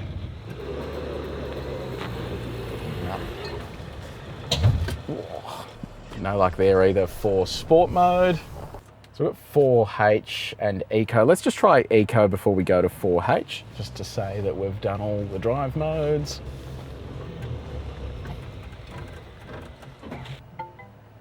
All right, here we go, here we go. No luck in Eco either. All right, so we've just had it light up with a whole bunch of errors here. This often happens when you have a wheel speed sensor go a little out of whack. So we'll try pop it into 4H. This should be able to get up here without any dramas, but let's just see what happens.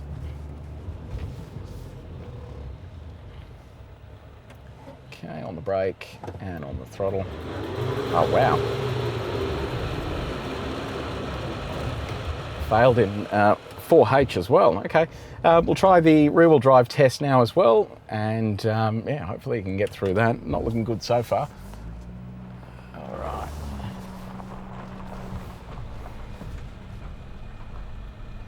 Okay, and rolling onto the throttle. What? Can't even do the rear-wheel drive test. So that is a fail for both front-wheel drive and rear-wheel drive. Yeah, not very good. Okay, we'll just go straight over to 4H. Now this has both front and rear diff locks, but a fairly average set of tyres. So see what this is like here in this 4H mode. All right, here we go. So 4H in theory should be splitting torque evenly between the front and the rear axles. Nah, not getting anywhere there. All right, we'll back up. So let's try locking rear diff. There we go. So gradual throttle.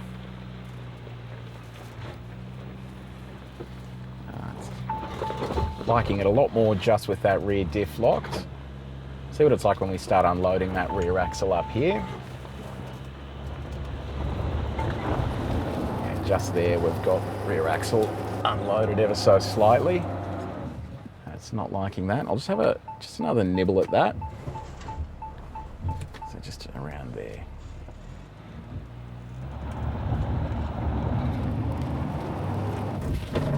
Not liking that. So what I'll do, I'll go back down the hill and we will engage our front diff lock.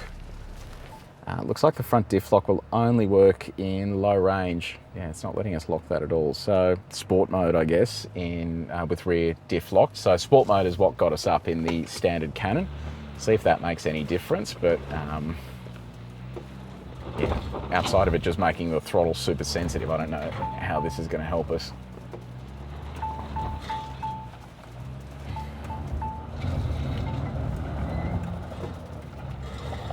Here we go, here we go, here we go. I think we're on here. All right, randomly, sport mode for the win.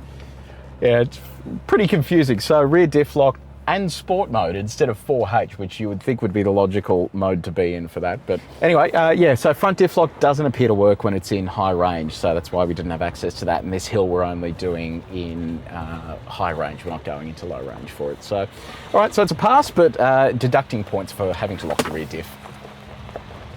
So in theory, I'm just going to leave it in sport mode. We'll see what happens. I'll come back and lock the rear diff if I need to, but it's in sport mode at the moment. We'll see how it goes. If this doesn't work, I'll go to 4H as well, just to give that a crack. Traction control is biting away here.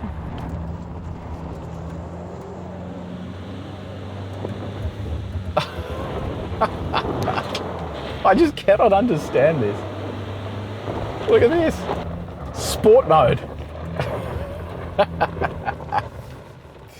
Cannon Alpha, there you go. It's just, I don't know, stuff's confusing me, but I didn't have to lock the rear diff at all then. So yeah, Cannon Alpha sport mode for the win. Good job.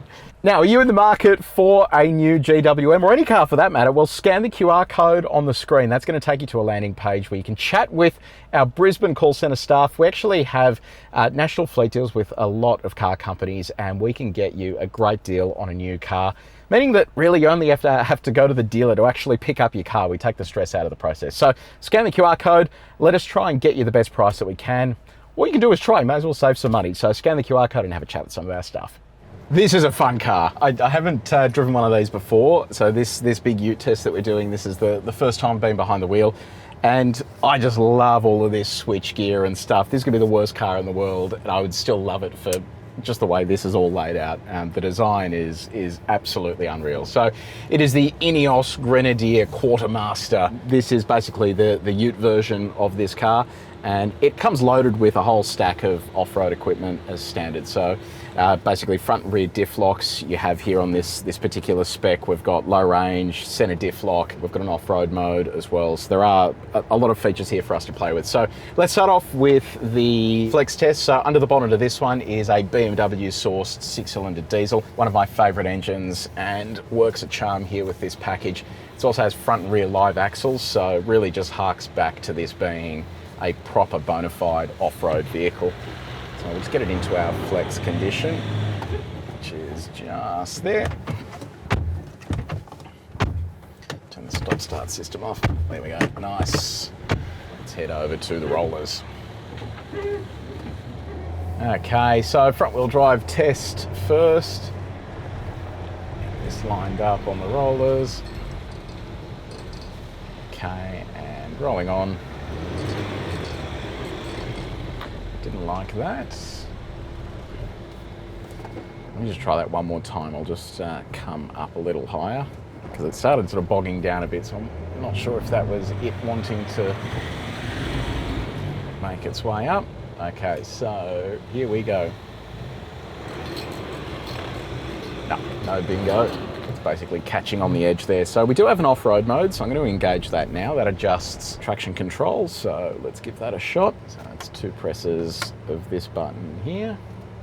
Okay, that is activated. Let's give that a shot, see if it makes any difference. Okay, and rolling onto the throttle. It's flat to the board now.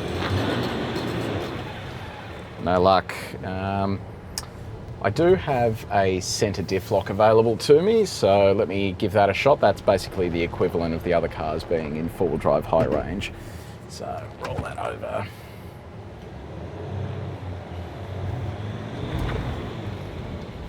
And rolling on.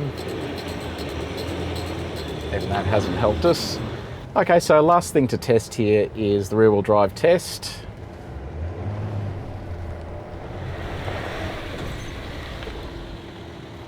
Okay, and onto the throttle.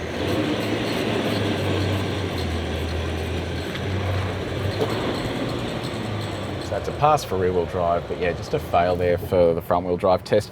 I would have thought on slippery surfaces and stuff like that, like you have in the UK everywhere, you'd want to have decent traction on that front end, but yeah, just fail there for the front, but pass for the rear.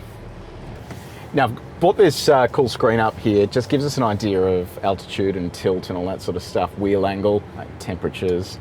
All right, so I'm going to pop that into center diff lock and we'll see how it goes here. I'm going to pop that into the off-road setting as well. Cool, that is in ESC off-road. Let's see how it goes. So 2 sets of live axles, meaty all-terrain tyres. This should honestly be a walk in the park for the Grenadier.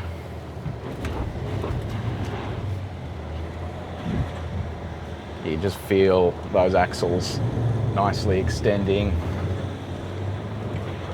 getting purchased for those tyres. It is chewing up these holes. You know what, it could actually have a bit more sophistication because right now we're kind of just spinning up. There we go. All right, cool, got there. It's pretty ugly, to be honest. I think that they really need to work on their traction controls because that has just eaten up the hill and got up by virtue of the fact that it has some of the meatiest all-terrains you can buy. So yeah, we don't have access to front rear diff locks in high range, so if it didn't get up there, we wouldn't have had anything else to work with. So it's going to make it a little harder for the next set of cars to get up, but you know, it is what it is. So, and just as a reminder as well, what we're going to do just to make sure that the hill hasn't become insanely bad by the end of this test compared to the start, the cars that passed at the start, we're going to run them up again just to make sure that they have the ability to still get up and the hill hasn't degraded for some of the other cars here. Okay, so now we're really just going to be relying on traction controls here to get up. So I'm going to pop this into low range, so that into neutral, down into low range. Low range is active now. I'll leave the diffs unlocked. I've got this in off-road mode for the stability control. Let's see how it goes before I have to come back and start locking diffs. And just as a reminder, the Cannon Alpha got up here with no sort of diffs locked, just in sport mode. So this looks like it'll be a walk in the park.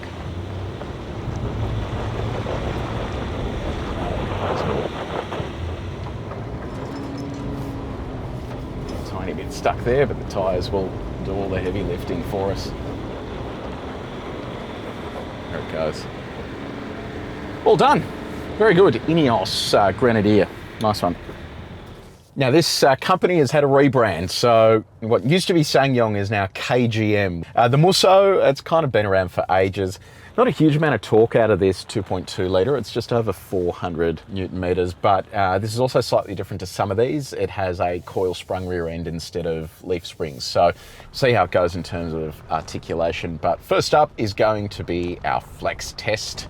This also has an auto locking rear diff, which I'm really not a fan of because it waits for a delta in wheel speed on the rear axle and then it just locks, but it violently does it at random intervals instead of just being able to lock it yourself. So a little bit frustrating, but we'll see how we go. Oh, there it is, just a big shunt in the back. And it'll kick the car sideways as well. Okay, let's get this into our flex condition. Right about there. Okay, here we go. Yeah, that's, you can hear that. I don't know if you can pick it up on the microphone, but yeah, the body is flexing a fair bit there. So we're getting metal on metal contact with the door catch. So it just means that when you do have the car hung up like this, that you are getting a degree of flex on the body. So it's not the end of the world, but yeah, it fails this test because while we can close the door, I've got to put in a lot of effort there, and it's not ideal, and just an indication that the chassis is just missing that sort of rigidity that the other dual cab utes have here. Now, this is going to be cheating a little bit here because for the front wheel drive test, it's going to be fine, but for the rear wheel drive test, because it has a self-locking rear diff, it kind of makes this an invalid test because you're effectively just driving with a rear diff lock. So we'll do the front wheel drive test and then we'll have a look at what it does for the rear. So here we go. Right. Okay. Close to catching there, but yeah, it's sort of, oh, no, here we go. I'll just try that one more time just to see, because it kind of went backwards and then we caught the edge and it was all just a bit of a mess. So I'll just try that one more time. There we go. Okay, cool. So that is a pass for the front wheel drive test, which is good. We'll go down and try the rear wheel drive one now. Now with this rear wheel drive one, the whole concept is that we want to send all drive through that one rear right tyre. And if you have the rear diff lock running, it kind of cheats a little bit because where the car would take the path of least resistance, which is the three wheels that are on rollers, it's now able to basically, with the rear diff locking on its own, basically send all that drive through that wheel, which the others can't do unless you lock the rear diff, which I hadn't done in any of the other cars. So this will pass this easily, as it should. And you know, we won't deduct any points because that is just the way this car is engineered. Can't get around that. So I'll show you what I mean. Roll onto that. There's the rear diff lock activating, and then it just pulls itself up the hill. So yeah, it's a pass, but only by virtue of the fact that it has an auto-locking rear diff, which limits it off-road, which I'll explain why in just a second. Okay, so the reason an auto-locking rear diff isn't ideal is because when the diff locks, it kicks the car a little sideways, and that can just be bad news if you're loaded onto the throttle. I'd prefer to just be able to manually lock it myself. So we'll see what happens here. We'll go up this hill. I've got it in four-wheel drive high range. The diff is technically going to be locked going up here where it hasn't been in other cars. So again, we won't deduct points because it's just the nature of the way that this is set up, but we'll see how it goes. So it should mean that it should walk up here without any dramas. All right. And I've just left traction control on. So there it is. That's just locked itself.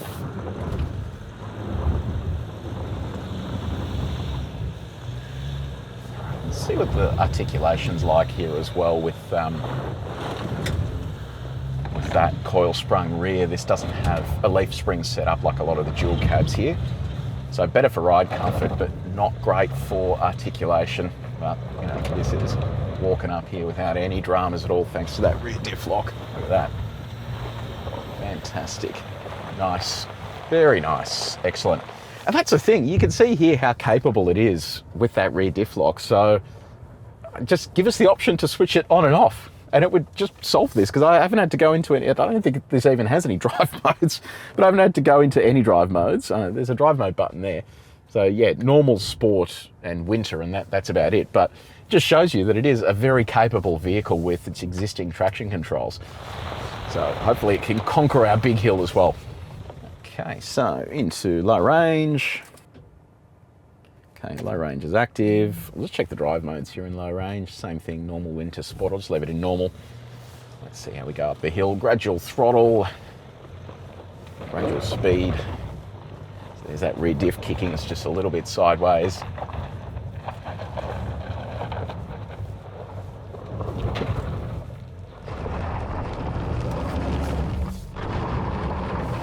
A little bit there. Nice. Look at that. Look at that. Fantastic. That is unreal. No dramas at all. That is sensational. I am genuinely shocked by this. This has just walked up there without any problems. So yeah, technically rear diff was locked there, but like I said, I can't disable it. So, but yeah, that is quite an impressive effort. So I'll have a think about how we're going to do the scoring here, because you know, in theory, if other cars had to add driver aids to get up some of these obstacles, we would have deducted points. Here, I don't want to deduct points because, you know, it comes standard with these features, but I just want to make sure it's balanced. So we'll have a think about it.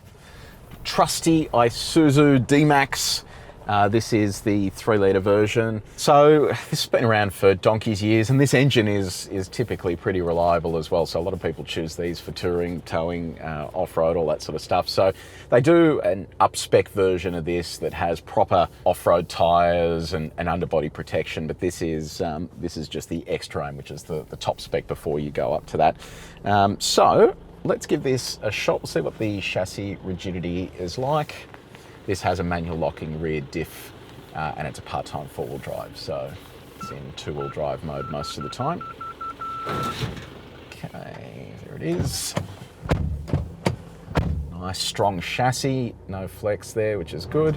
The other good thing this has, they've implemented the rough road mode that basically gives the traction control a proper life, because normally traction control is just road-based in these, but the rough road or rough terrain mode gives you a bit more flexibility on that. So I'll be keen to see how much of a difference that actually makes.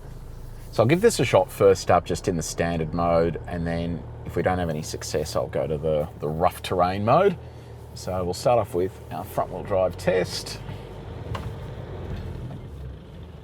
Okay, there it is there. Okay, rolling onto the throttle. Oh, it's so close, it feels like it's gonna pull us up. Go, go, go. Look at that. Nice. It got there in the end, just had a little bit of slip, and then it pulled us up. So that's just in the standard mode. So I passed there for the front wheel drive test. Go back and give the rear wheel drive test a crack. Okay, here we go. So that's in position, rolling onto the throttle. I would have thought, if anything, it'd prefer to have the rear-wheel drive, given that it is a part-time 4-wheel drive, the rear-wheel drive stuff would work the best. But no, let's try rough terrain mode. So that's on. Give that a shot, see how much of a difference that makes. Okay, and here we go, rolling onto the throttle. Nice. That's made all the difference there. Very good. So there you go, it is a really effective system. Very nice. So that's a pass for front and rear. Okay, mogul time. Now, rear diff lock doesn't work here in high range. So our only option here in 4 high is just going to be traction control. So I'll try it first just in its standard mode, and then if we don't have any success there, I'll move to the rough terrain mode and see how that goes. So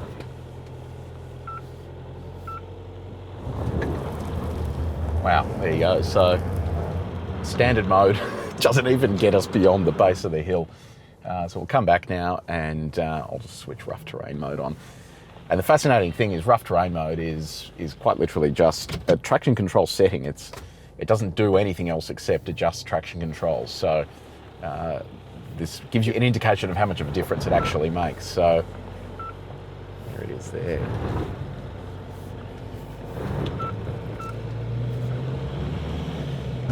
So you basically feed in more and more throttle, and then it manages traction controls accordingly. And it is doing a remarkably good job at that, given that we don't have access to a rear diff lock. I can see decent wheel articulation there as well, as we're starting to get crossed up on some of these. Look at that. Genuinely impressed with this. I'm just gradually modifying my throttle inputs here, and then it's progressing further and applying traction control as required. That is unreal. This is probably one of the best traction control systems here out of all these cars.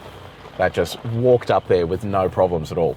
Wow. So you just think to yourself, if these guys simply put in a 4A mode so that you can basically drive this on sealed surfaces in four-wheel drive high range, and potentially even just added the ability to lock the rear diff in high range, you would have, you know, the ultimate machine here. So yeah, pretty impressive as it is, but those small improvements could make this really good. Okay, so we'll flick over to low range. I'm just going to try the same thing here with rough terrain mode. We'll leave the rear diff unlocked for the moment. We'll just see whether that can get us up without having to need to lock the rear diff. So that's 4 low on, and rough terrain mode is on now as well. So let's see how we go. Gradual speed and gradual throttle as well.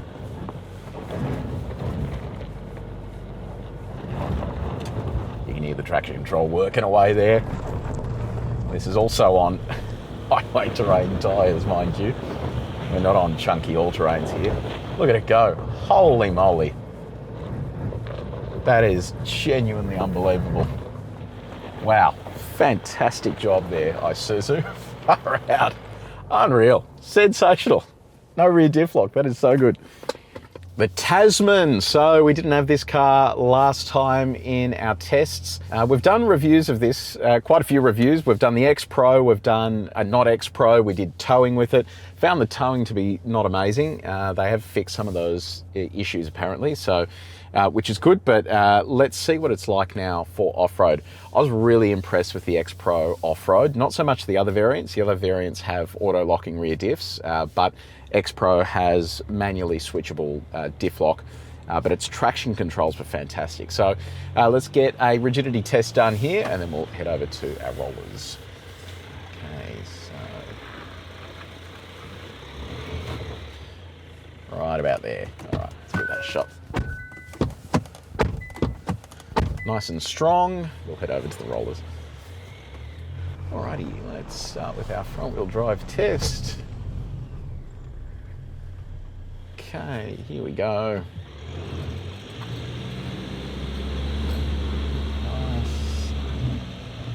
Nice, so it's a pass for the front wheel drive test. We'll go back and give the rear wheel drive test a crack. Okay, rolling onto the throttle.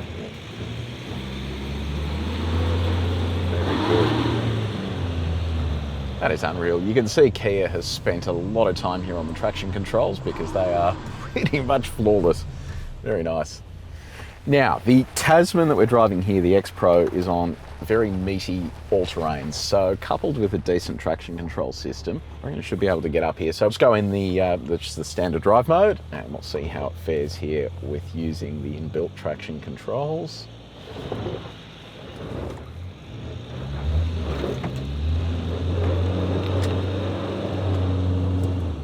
It's not loving that.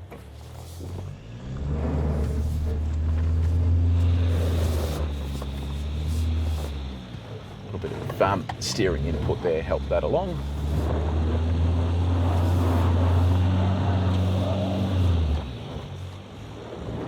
Yeah, it's struggling here.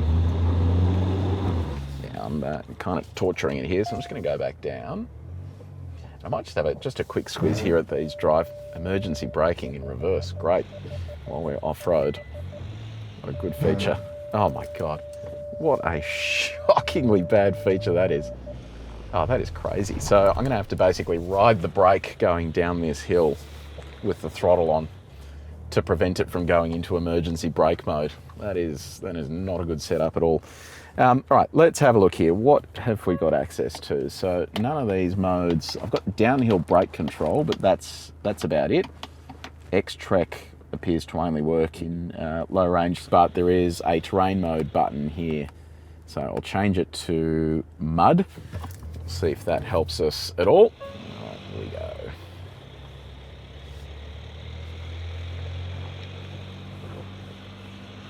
There are a couple of other drive mode settings there that I'll try and access. Okay, that's working much better.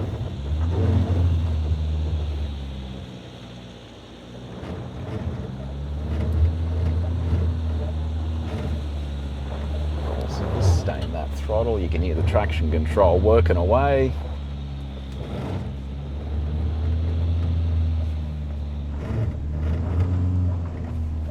Very good.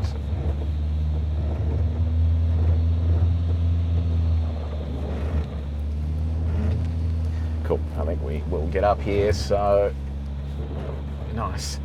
Yeah, look, I think what that shows is, again, this car is another one of these that is just a master of its traction controls. When I finally figured out how to select the terrain mode, which is very clearly and obviously there on the steering wheel, moving through that different traction mode definitely helped it sort of get through that, because in the normal one it was just sitting there being a bit funny. So cool. All right, let's head over to the big hill. Okay, so I'll whack this into low range. Low range is active. Let's see what we've got here. So X-Trek is basically where it will climb on its own and manage its own traction controls. So we'll test that in a second. I'll just use the terrain mode, rock mode. I guess this is kind of rocky. So we'll give this a shot and just see how it goes here in the rock mode. I've left the rear diff unlocked.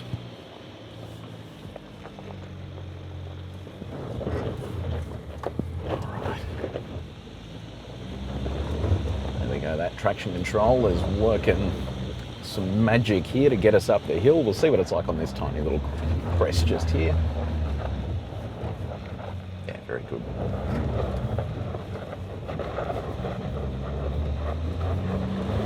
It's just biting away there and doing a good job. So yeah, there you go. Low range, no diff lock required, and just with the mud traction mode. So that was good. Let's go back. I just want to try the X-Trek and see how that goes. Okay, so X-Trek, I'm gonna press that, press brake pedal and stop vehicle, and that's done. Preparing X-Trek, release brake pedal, and then we can vary the X-Trek velocity just here. I'll go up to level 3, see how that goes.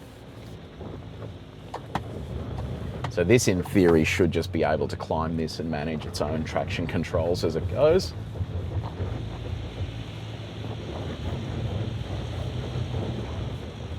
It says X-Trek pause temporarily, even though it still appears to be going, which is good. Oh, how's the bounce? All right, it's getting there.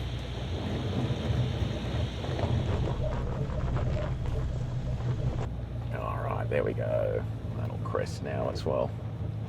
Yeah, very good. So you've got a mode there if you don't want to be in charge of ascent, but to me, I don't want to have a sort of dedicated speed that this is going to go up. I'd prefer to just manage it myself, given that it does such a good job with the traction controls anyway. So yeah, look, a pass with flying colours there. I don't love the fact that it was braking when we were reversing. I think that's dangerous, but maybe that is something that that can be just disabled before you go off-road, but you shouldn't really have to think about that sort of stuff. But otherwise, great job here by the Tasman.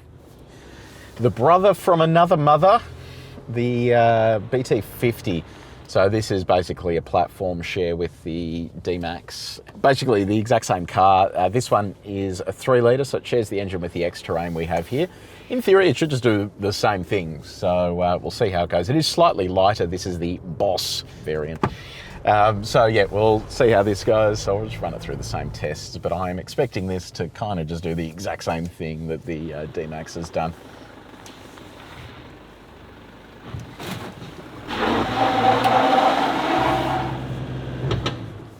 Alrighty, so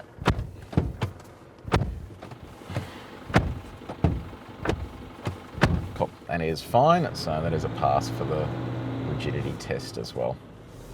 So the D-Max did well with the rollers. This should do the same. So we'll start off with our front wheel drive test.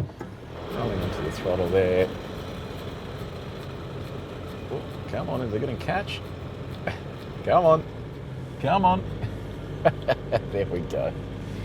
Nice, that front wheel is doing all the heavy lifting there. Excellent. So that is a pass for the front wheel drive test.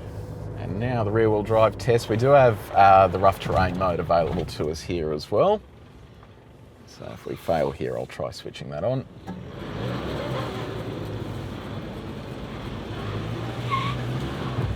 Right, no luck. So we'll try the rough terrain mode.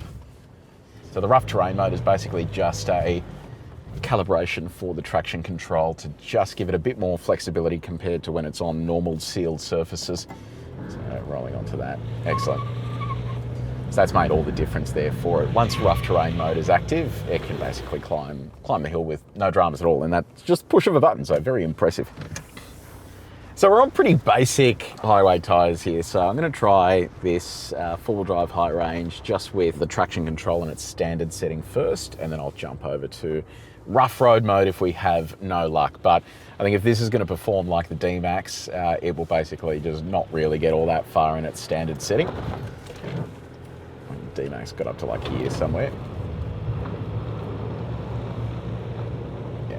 There it is, just not getting anywhere. So I will switch over now to rough road mode and give that a shot. So just like the D-Max as well, you can't lock the rear diff here unless you're in low range. So unfortunately, you don't have that available to you. A lot of the modern dual cabs let you lock the rear diff in high range, but some of these older style four-wheel drive systems don't let you do that. So basically, I'm just going to stay in the throttle here. The more I push the throttle, the more engine revs you get, obviously, but the more effect the traction control system has. It's really quite a clever system. It's not just letting it spin up freely, it's managing that wheel slip as we go quite intelligently. And as I feed in more throttle, I can feel it getting more progress without excessive wheel slip. So really good system here as it's sort of crawling its way up the hill, loading and unloading each of these wheels. It is just climbing up with no dramas at all. Such a good system. Really impressed with it. So, all right, let's go to the low range hill. So with big hill, low range, but I will leave rough terrain mode on, but I'll leave the rear diff unlocked. So this is lighter than the D-Max we were testing, so maybe that'll have an effect here in terms of what traction's like, but I think one way to find out. All right.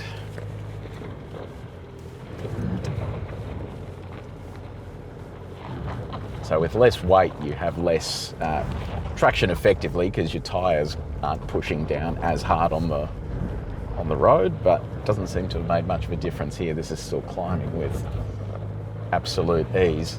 Look at that.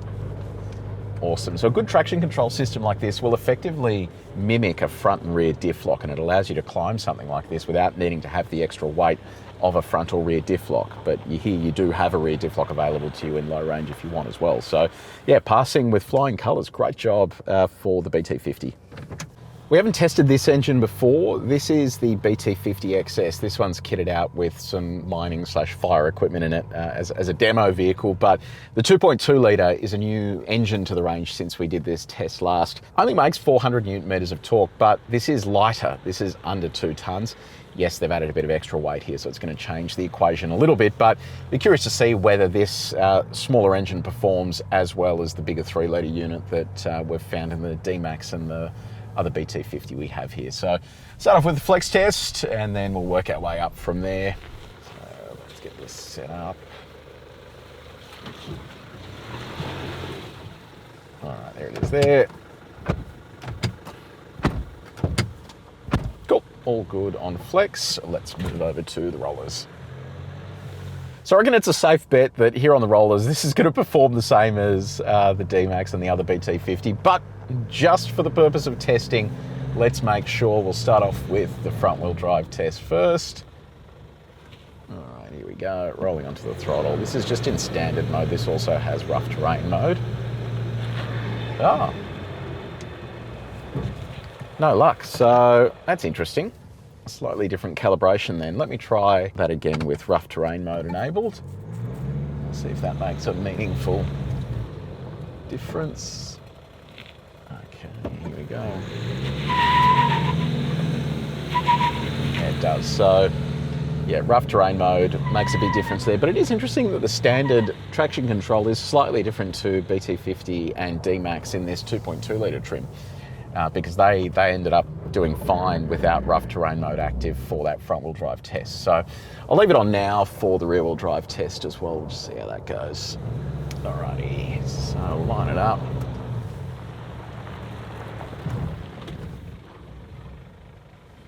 Okay, and rolling onto the throttle. Excellent. So pass there for the rear wheel drive test as well. Very nice. We'll kick off here without rough terrain mode enabled. We'll see what the standard traction control's like in four-wheel drive high range. You can't lock the rear diff here unless you are in low range, so we're just going to have to run with this for the moment and see how it performs. Oh, that's interesting. Yeah, so you can see there, it's just not very keen to get past that point unless we switch drive modes. So I'm going to flick this over to that rough terrain mode, see how much of a difference that makes. So that is active now. Here we go. So same speed on entry as the others, constant throttle. There we go. So immediately at this point here where it stopped working last time, I just feed in a little bit more throttle and it just maintains pace without excessive wheel slip. And it feels like it's moving about as confidently as it did in the 3-litre variants of the D-Max and BT-50. So just shows you that stability control tune and traction control tune is carried over with these engines regardless of which engine spec you go for. But this is just walking up here without any problems at all, even on these very mild all-terrains. So very good. All right, let's head over to the big hill. So I'll leave this in rough terrain mode, but advance up to low range. All right, there we go. Low range is active. Rough terrain mode is on. Let's see how it goes. You know, it's interesting, when I look back at the footage of the last ute test that we did at this same spot, the D-Max didn't even get past the base of the hill. The only thing that's changed since then, yes, it's had a couple of little tweaks, but is this rough terrain mode. And it just shows you that it makes a massive difference with these vehicles. Look at this. It's getting up here without any dramas at all. Fantastic. So yeah, hat off to Mazda. So regardless of whether you go for the 2.2 or the 3-litre, it still has the goods to make it up without any dramas. Jeep Gladiator. So this is one of the few petrol engines we have here on this test. This uses a naturally aspirated 3.6 litre petrol engine. So makes a fair old racket when it moves, but I love the sound of it. I think it's a little bit unique and interesting. And so's this car. It is just such a cool and fun car that, you know, is a little on the expensive side, but it is definitely unique and just different to everything else here. So, and it has a stack of four-wheel drive controls. We've got front and rear diff locks, an off-road drive mode. You've got sway bar disconnect that we'll have a little play with later on. But yeah, it's an interesting thing. So let's start off with our flex test. Get this into its flex condition, which is right about there somewhere. Actually. So it's in the flex condition now, but it is catching. So when I close it to there, that's still open with a finger gap there. I've got to really slam it to shut it properly. So you can hear it just catching on the way through there. So that's a fail for the flex condition. The door does close, but you've got to really slam it shut. Okay, so let's start off with our front wheel drive test. Bring this up. There it is there, and we'll roll onto the throttle. Nice. That's catching pretty much straight away, so that is a pass for the front wheel drive test. That is fantastic. So it's worth calling out as well, this can run as a two-wheel drive, or you can run it in four-wheel drive high range on sealed surfaces. So that kind of gives you a great advantage because it means that you can have that added traction when it gets a little bit sketchy out there. So, all right, let's try the rear wheel drive test here.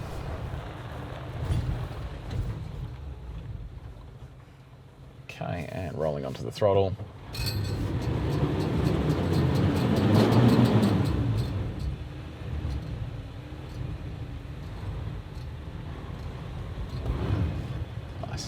got there in the end. It just sort of took a little bit of time to figure itself out, but yeah, it's a pass for front and rear wheel drive. So I'll flick this over to four-wheel drive high range. This is on meaty all-terrains. This particular spec of the Gladiator, called the Rubicon, is trail rated as well, which means it meets a minimum standard that Jeep has for its off-road vehicles. Mind you, what did we test here? We tested a Compass that was trail rated once, and that was pretty average. So this, I think, is going to be much better. We do have a bunch of other features here. So I'm going to go up this hill first just in standard mode. If that doesn't work, I'm going to engage the off-road plus mode. And then, regardless of whether it passes or not, I'm going to come back and try a sway bar disconnect so we can see exactly what the difference is between wheel articulation. So this is four-wheel drive high range, standard traction control setting. So this is the one that we just had there on the roller hill.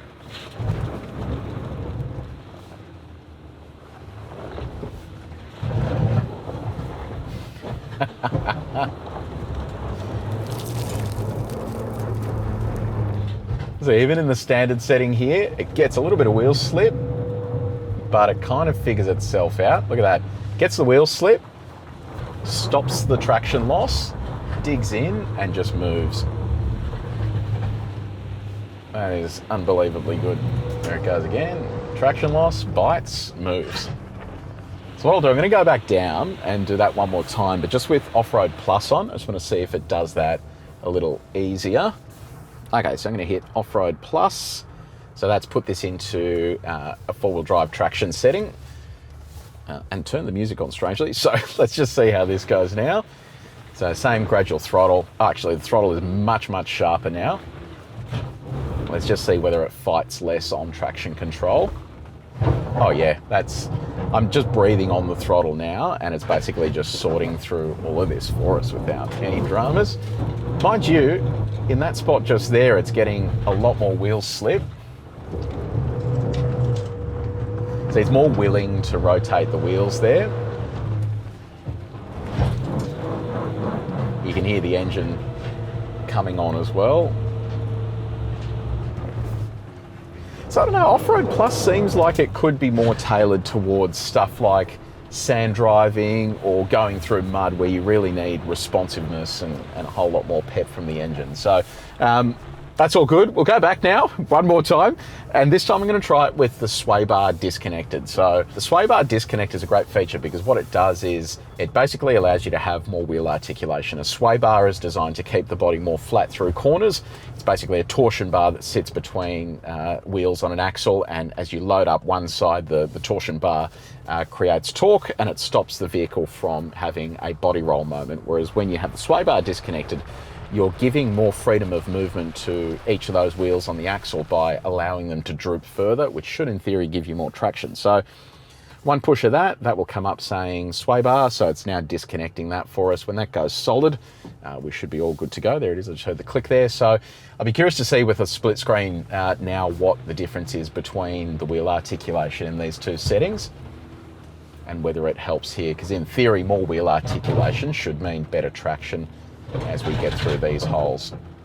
So remember, I've still kept the diff locks unlocked and there is way less wheel slip. It's incredible. So I'm using the same throttle I was before we were getting heaps of the wheel slip flaring up. Now it's walked up without any problems at all. So it shows you that sway bar disconnect makes a massive difference here in terms of the available traction you have, especially with these chunky all-terrains. So one of the disappointing things is you can't engage the rear diff lock or the front diff lock unless you're in low range. So if we did get stuck on that hill, which obviously we didn't, there wouldn't be much more we could do in terms of engaging diff locks. Here on the other hand, switching to low range, we have access to those. So I'm just going to try without the diffs locked just for the moment, just to see how it goes. I've left sway bar disconnected, Off-Road Plus active, and now we will just go up the hill here with constant speed and we'll see how we go. Yeah, it's also easy to underestimate how much tyres make a difference when it comes to this sort of off-roading. These are incredibly chunky tyres that make this a much easier job. I mean, we're getting barely any wheel slip here at all. It is just crawling up with no problems. This is incredibly effortless. Wow. Look at that. Unreal. Yeah, this is so good. This thing is a beast off-road. Unbelievable. There you go. Nicely done, Jeep. This is fantastic. No diff locked. Very good. A lot of people are excited for this thing. It is the Ranger Super Duty, so the big beefy version of the Ranger. We've done a single car review on this. It is properly beefy beneath the skin. Big lower control arms, a massive diff, different dampers for the suspension. They have done quite a lot of work to this. Long range fuel tank, a lot of underbody protection. So it is properly suited to this type of driving. But what we have noticed is that it is significantly heavier, and as a result of that feels a bit sluggish with the diesel, because the diesel is derated as well. So let's see how it goes. It should do well in theory, but you never know. So all right, we'll drop the front end into here. We'll check the rigidity of this. That's around about there somewhere.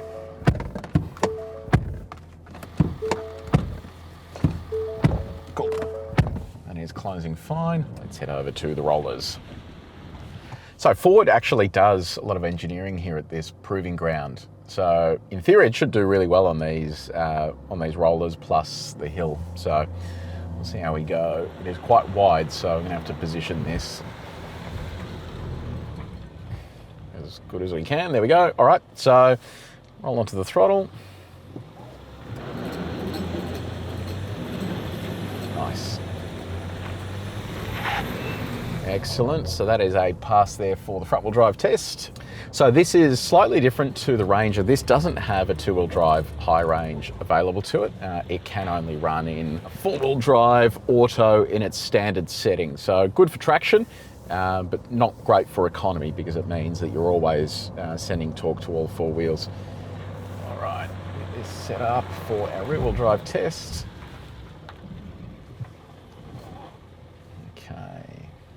Here we go. Nice. Very good. So that is a pass for the rear-wheel drive test as well. This is on a big, meaty, chunky tyre. This is actually basically a light truck tyre, so it should, in theory, be great for this task, because it will just dig in nicely.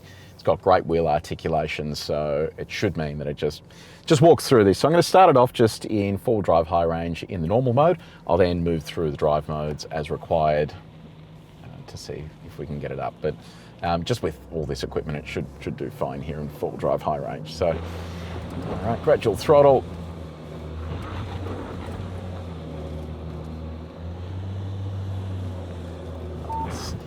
The throttle modulation feels good here as well. It's giving me good feedback through that pedal. I don't like that where it's sort of rolling back a bit before it catches. Yeah, like just there, it's releasing.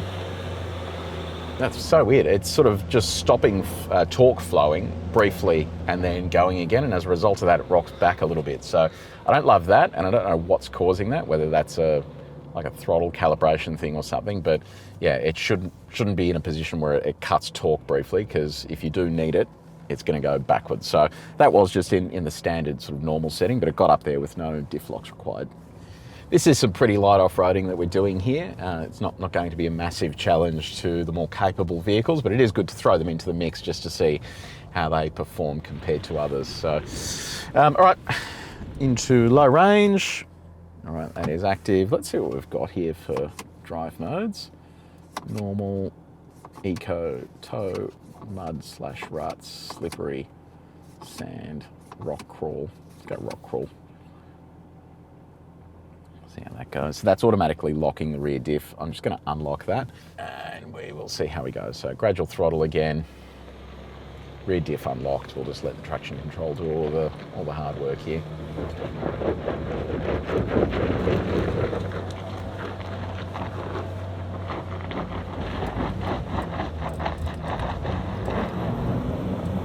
Struggling a bit there. No, not liking that. It's come up with a whole bunch of errors here. Pre-collision assist not available. Park brake limited function, service required. All right, let's go back down. I'm going to try a different drive mode there.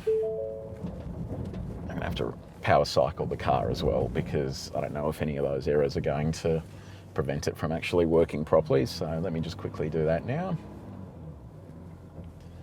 They look like they've cleared now. So, all right, we'll try a different drive mode. I might go to mud/ruts. We'll see how that performs. It wants us to shift to high range, but I'm not going to do that. And we'll just see how this goes. So again, same story with the throttle. Just leave that as is.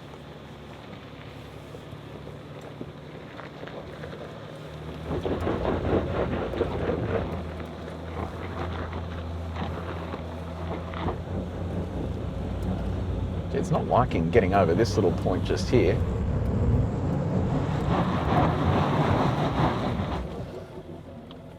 A whole lot of bouncing there as well, which isn't very good. All right, we'll go back down. I guess the normal mode, there is a sand mode. I'll try the sand mode as well. If that fails, we will graduate through to locking diffs. So sand mode is active. Again, it wants us to go to four-wheel drive high range, but I'll just ignore that. There we go.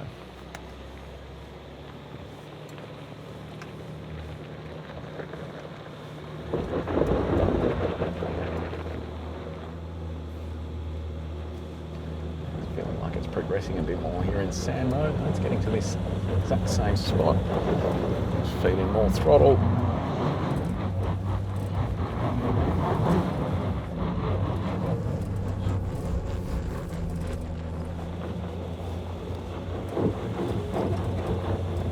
This is a lot more of a struggle than I thought it was going to be.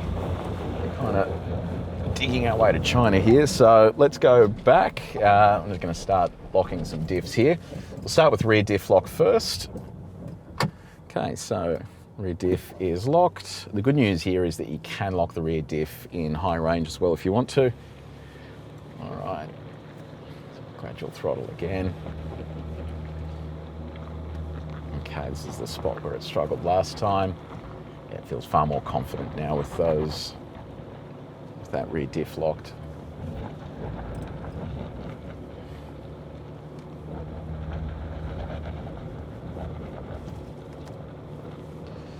Okay, we're getting to the top here. All right, we got there. So, look, it's fine. It got there, but a little bit disappointing because the two GWMs, the Isuzus, they all got up here with no diff lock required, just low range and good traction control. I just don't know why this has struggled so much. And we found that the Ranger Wildtrak struggled as well. So, I don't know, just a little bit disappointing that it isn't better at doing what is a fairly basic hill climb here. So, without having to lock diffs. Yes, once you lock diffs, it's very capable and all that sort of stuff, but you shouldn't have to just rely on mechanical features like that. It should be a good traction control system that gets it up here. So anyway, there is Ford Ranger Super Duty. 79 series LandCruiser, kind of a staple in Central Australia or just any regional parts of Australia. LandCruiser, Toyota products in general, they are absolutely everywhere. So this thing is dated, but it just gets the job done. It doesn't try and be something that it's not. They've just upgraded like the screen recently. It's got a little bit more niceness to it, but outside of that, the rest of this is very basic, and that is what the buyers of this car want, and they are catering to that market. So under the bonnet, you have an engine that is shared with the last generation of HiLux before they added the 48 volt mild hybrid system. So this particular one, 2.8 litre diesel, 500 Newton meters of torque. It's available with both an auto and a manual. We've got the auto here.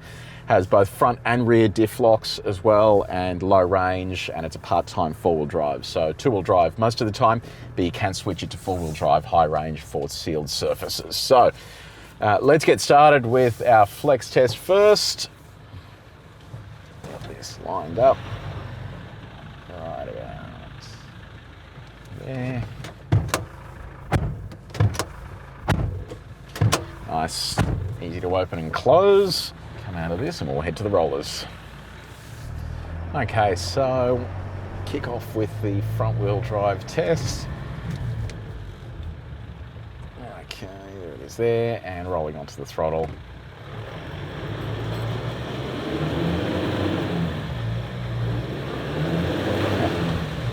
Nice, got there at the end, excellent. Okay, and then the rear wheel drive test. Okay, here we go.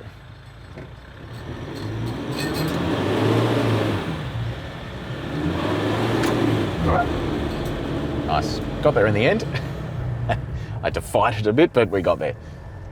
Now we're on a fairly meaty set of tyres here. This doesn't have any drive modes though, so I've got it in four-wheel drive high range. We'll see how it goes just with the standard traction control setting.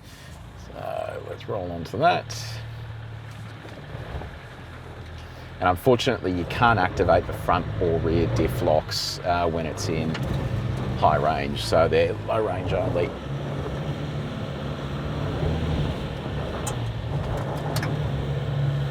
And with still a hydraulic steering rack, this is quite heavy, but you know, it's getting up here. Nice. So similar to the HiLux, you can just manipulate the traction control by pushing throttle in further, and then it has enough wheel articulation to fall into these ruts and then pull itself up without too many dramas. So, oh, I spoke too soon.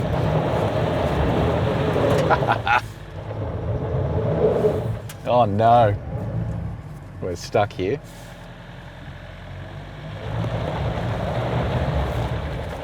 Okay, I'm gonna have to have a little bump of that. Let's see if we can get it through here.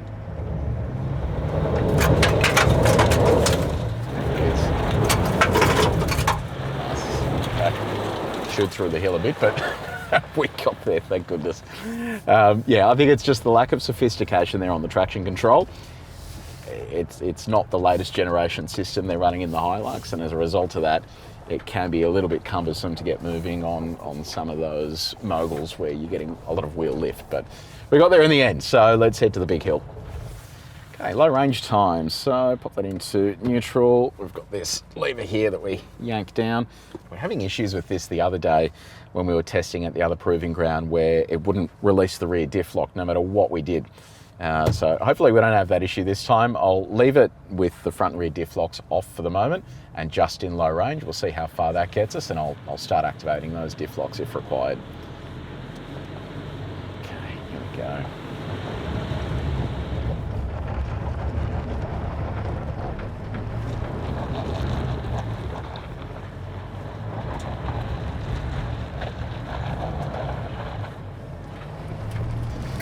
Climbing up nicely so far. See, low range seems to have just a more sensible traction control system because it just walks up here without any dramas. So if I compare this to Ranger Super Duty, Ranger Super Duty had to have the rear diff lock there. When I had the diff unlocked, it was really just unsophisticated in terms of the way that it climbed. This, with all of our diff locks off, it was able to get up there without too many dramas in low range. So it just shows you this is a bit of a staple workhorse that just gets the job done. So nice one, Toyota. Righto, so we are back in the studio. It's time to go over the results and declare a winner or winners. Let's see how we go here.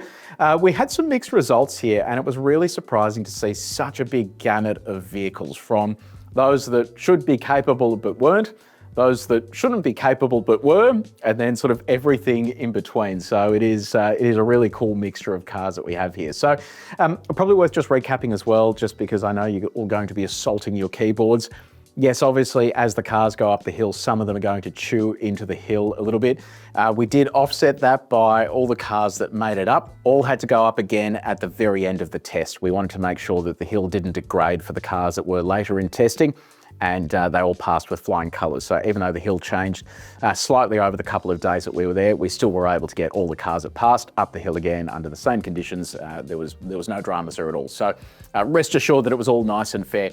It is worth pointing out as well that this is not a tyre test, which is why the vehicles did not all have the same tyres. The whole point of this test is that we wanted to see how capable these vehicles are in terms of their traction controls. And the traction controls are tuned on a specific tyre when the car is launched. We tested the vehicles with the tyres that come on these out of the factory. This is a light off-road driving. We're not doing anything too crazy here. If you are going to be doing some hardcore off-road driving, you are probably going to want to change the tyres in a lot of cases. Some of the cases, the standard tyres are fine, But that is just worth keeping in mind. This is not a tyre test. If we wanted to do a tyre test, we'd fit them all with the same tyres, but then we wouldn't be testing traction controls because they weren't engineered to run with different tyres. So that is just something worth keeping in mind. Now, in terms of the scoring, we ran over the scoring at the start of the video, but what I've added here now as well is my score, and I'll run you through the rationale behind the scores that I've added here, but that will be added onto the total vehicle score to come up with a final number that will declare a winner or winners here. Let's start off with, I guess, the biggest disappointment. Jack T9, that thing desperately needs traction control work done, and I'm hoping that, like other Chinese car brands, they take that feedback on board and develop a proper traction control system. It was just a bit of a mess. There was nothing there stopping the wheels from spinning. Then we had all the errors that came up on the screen. It appeared to be locking the diff on its own, even though I didn't press any buttons. We had all the faults come up. I just think there needs to be a bit of work done on that vehicle to make sure that it is capable, and I think a lot of that work just needs to be traction controls. That should sort a lot of that vehicle's problems, because in theory it should be quite capable off-road, which is why that scored as low as it did here. The Kia Tasman, that's another one that technically is a very capable vehicle, but I did deduct a score there because the emergency braking in reverse, absolutely unacceptable if you are off-road. And if the vehicle is in an off-road setting, you shouldn't have that feature active, because you are going to run into situations where you don't want to have the vehicle suddenly brake when you're in reverse. Think a muddy hill or something like that you need to reverse down. Having the vehicle brake suddenly is going to affect the vehicle's stability and could cause it to slide off track. So that feature should be disabled when the vehicle is in an off-road mode rather than being on by default. And it was virtually impossible to override, because I know how to override it. I knew that I had to sort of ride the throttle with the brake. Unfortunately, a lot of people won't know that, and they'll end up just re-triggering it every single time they ride the throttle. So that is something that I hope they can fix to make this properly capable off-road. And then the other disappointing thing as well, if you don't go for the X Pro, the rest of the vehicles in the Tasman range have auto-locking rear diffs, which in my opinion are just completely useless off-road. And that is also part of the reason we knocked the KGM Musso as well. That auto-locking rear diff is just troublesome and problematic when you're trying to drive off-road, because it locks out of nowhere, it can kick the car sideways, and that is the absolute last thing you want when you need predictability going up steep terrain with offsets. So I just think that feature is something that shouldn't exist. There should just be a button, diff on, diff off, simple as that. But yeah, anyway, beggars can't be choosers. The other two that got points deducted as well were the Ford Ranger and the Ford Ranger Super Duty. Look, both of those vehicles should perform better than they do in terms of their traction controls. The Ranger Super Duty, you've got front and rear diff locks. Yes, if you engage all of that stuff, it'll go anywhere, which is great, but it shouldn't need that. If you look at the HiLux, that thing just walked up that terrain with its standard setting. Like, there was no off-road mode selected. It just walked up it, no diff locked. So that is telling you that is a traction control issue in the Ford products. And we tested a number of different settings here. We tested the settings with their recommended diff functions. So in some of those settings where it auto locks the rear diff, we tested those, and you can see even with the rear diff locked, they did still struggle compared to the HiLux, which just walked up that terrain. So I think there is a bit of work to be done there by Ford on the traction controls on the Ranger products. You can see there with the Amarok, it did struggle a little bit, but it had a proper all-terrain tyre and was able to climb up that terrain with just a little bit more effort. Oh, and by the way, are you in the market for any of these cars where you can scan the QR code on the screen? We have a free buying service. Does not cost you a thing. We can often get you a much better deal than what you'll get if you walk into a dealership. We get fleet pricing, national fleet pricing with a lot of car brands, and it means that you can walk away with a better deal without having to lift a finger. Doesn't cost you a cent. We won't spam you. We will just try and get you a better deal. Can help you with finance and insurance as well. So scan the QR code on the screen if you do need a little bit of help with that, and we'll see if we can secure you a better deal on your next dual cab ute. The big standouts there, the BT-50 and the D-Max, all share the same platform, but you can see the huge difference there with that rough terrain mode on versus off. It's a completely different vehicle, and all just with one button push. It just shows you how powerful a decent traction control system can be. With that rough terrain mode on, it can climb virtually any terrain there without needing to lock the rear diff. It did get points deducted though, because it has no real ability to lock that rear diff unless you're in low range. I would love to see the ability to lock the rear diff in high range. Obviously, it didn't need it, which is great, but not having a 4A mode and only having 2H available with no rear diff lock, I just think is a little bit disappointing. It really is something they should add to these vehicles because it is standard on a lot of cars today, the ability to go into a diff lock without having to be in low range. It was interesting to see the difference between the Cannon Alpha plug-in hybrid and the Cannon.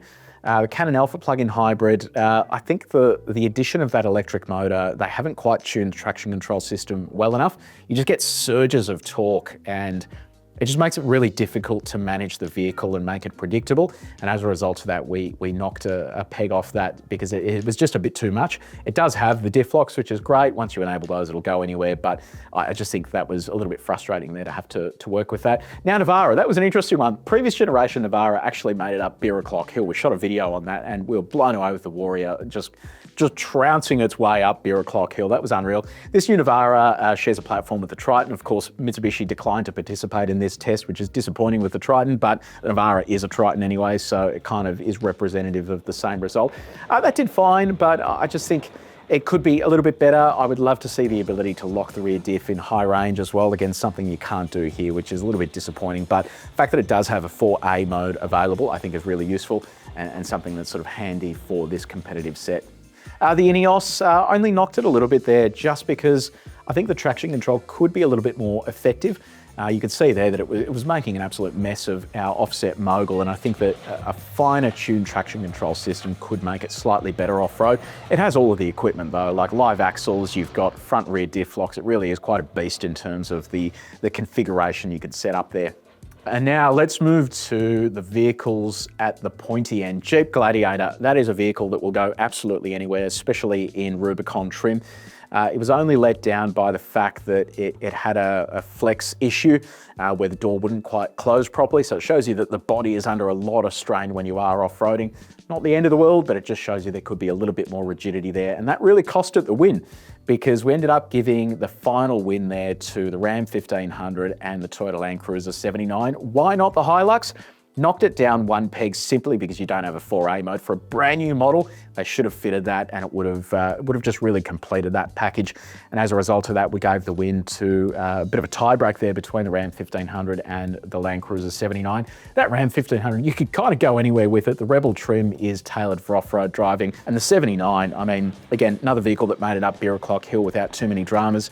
Front and rear diff locks, it really is a workhorse that does everything it says on the box. No frills, it will just go anywhere you point it at. So congratulations to Toyota for winning that in conjunction with Ram on the 1500 as well. So unreal job there by those guys. So there it is, the end of our test. Were you surprised with any of the results? Do you think that some cars would have done better than others? Let us know if you think we should do anything different next time as well. If you did enjoy this video, please make sure you like it and share it with your mates. But until next time, take it easy.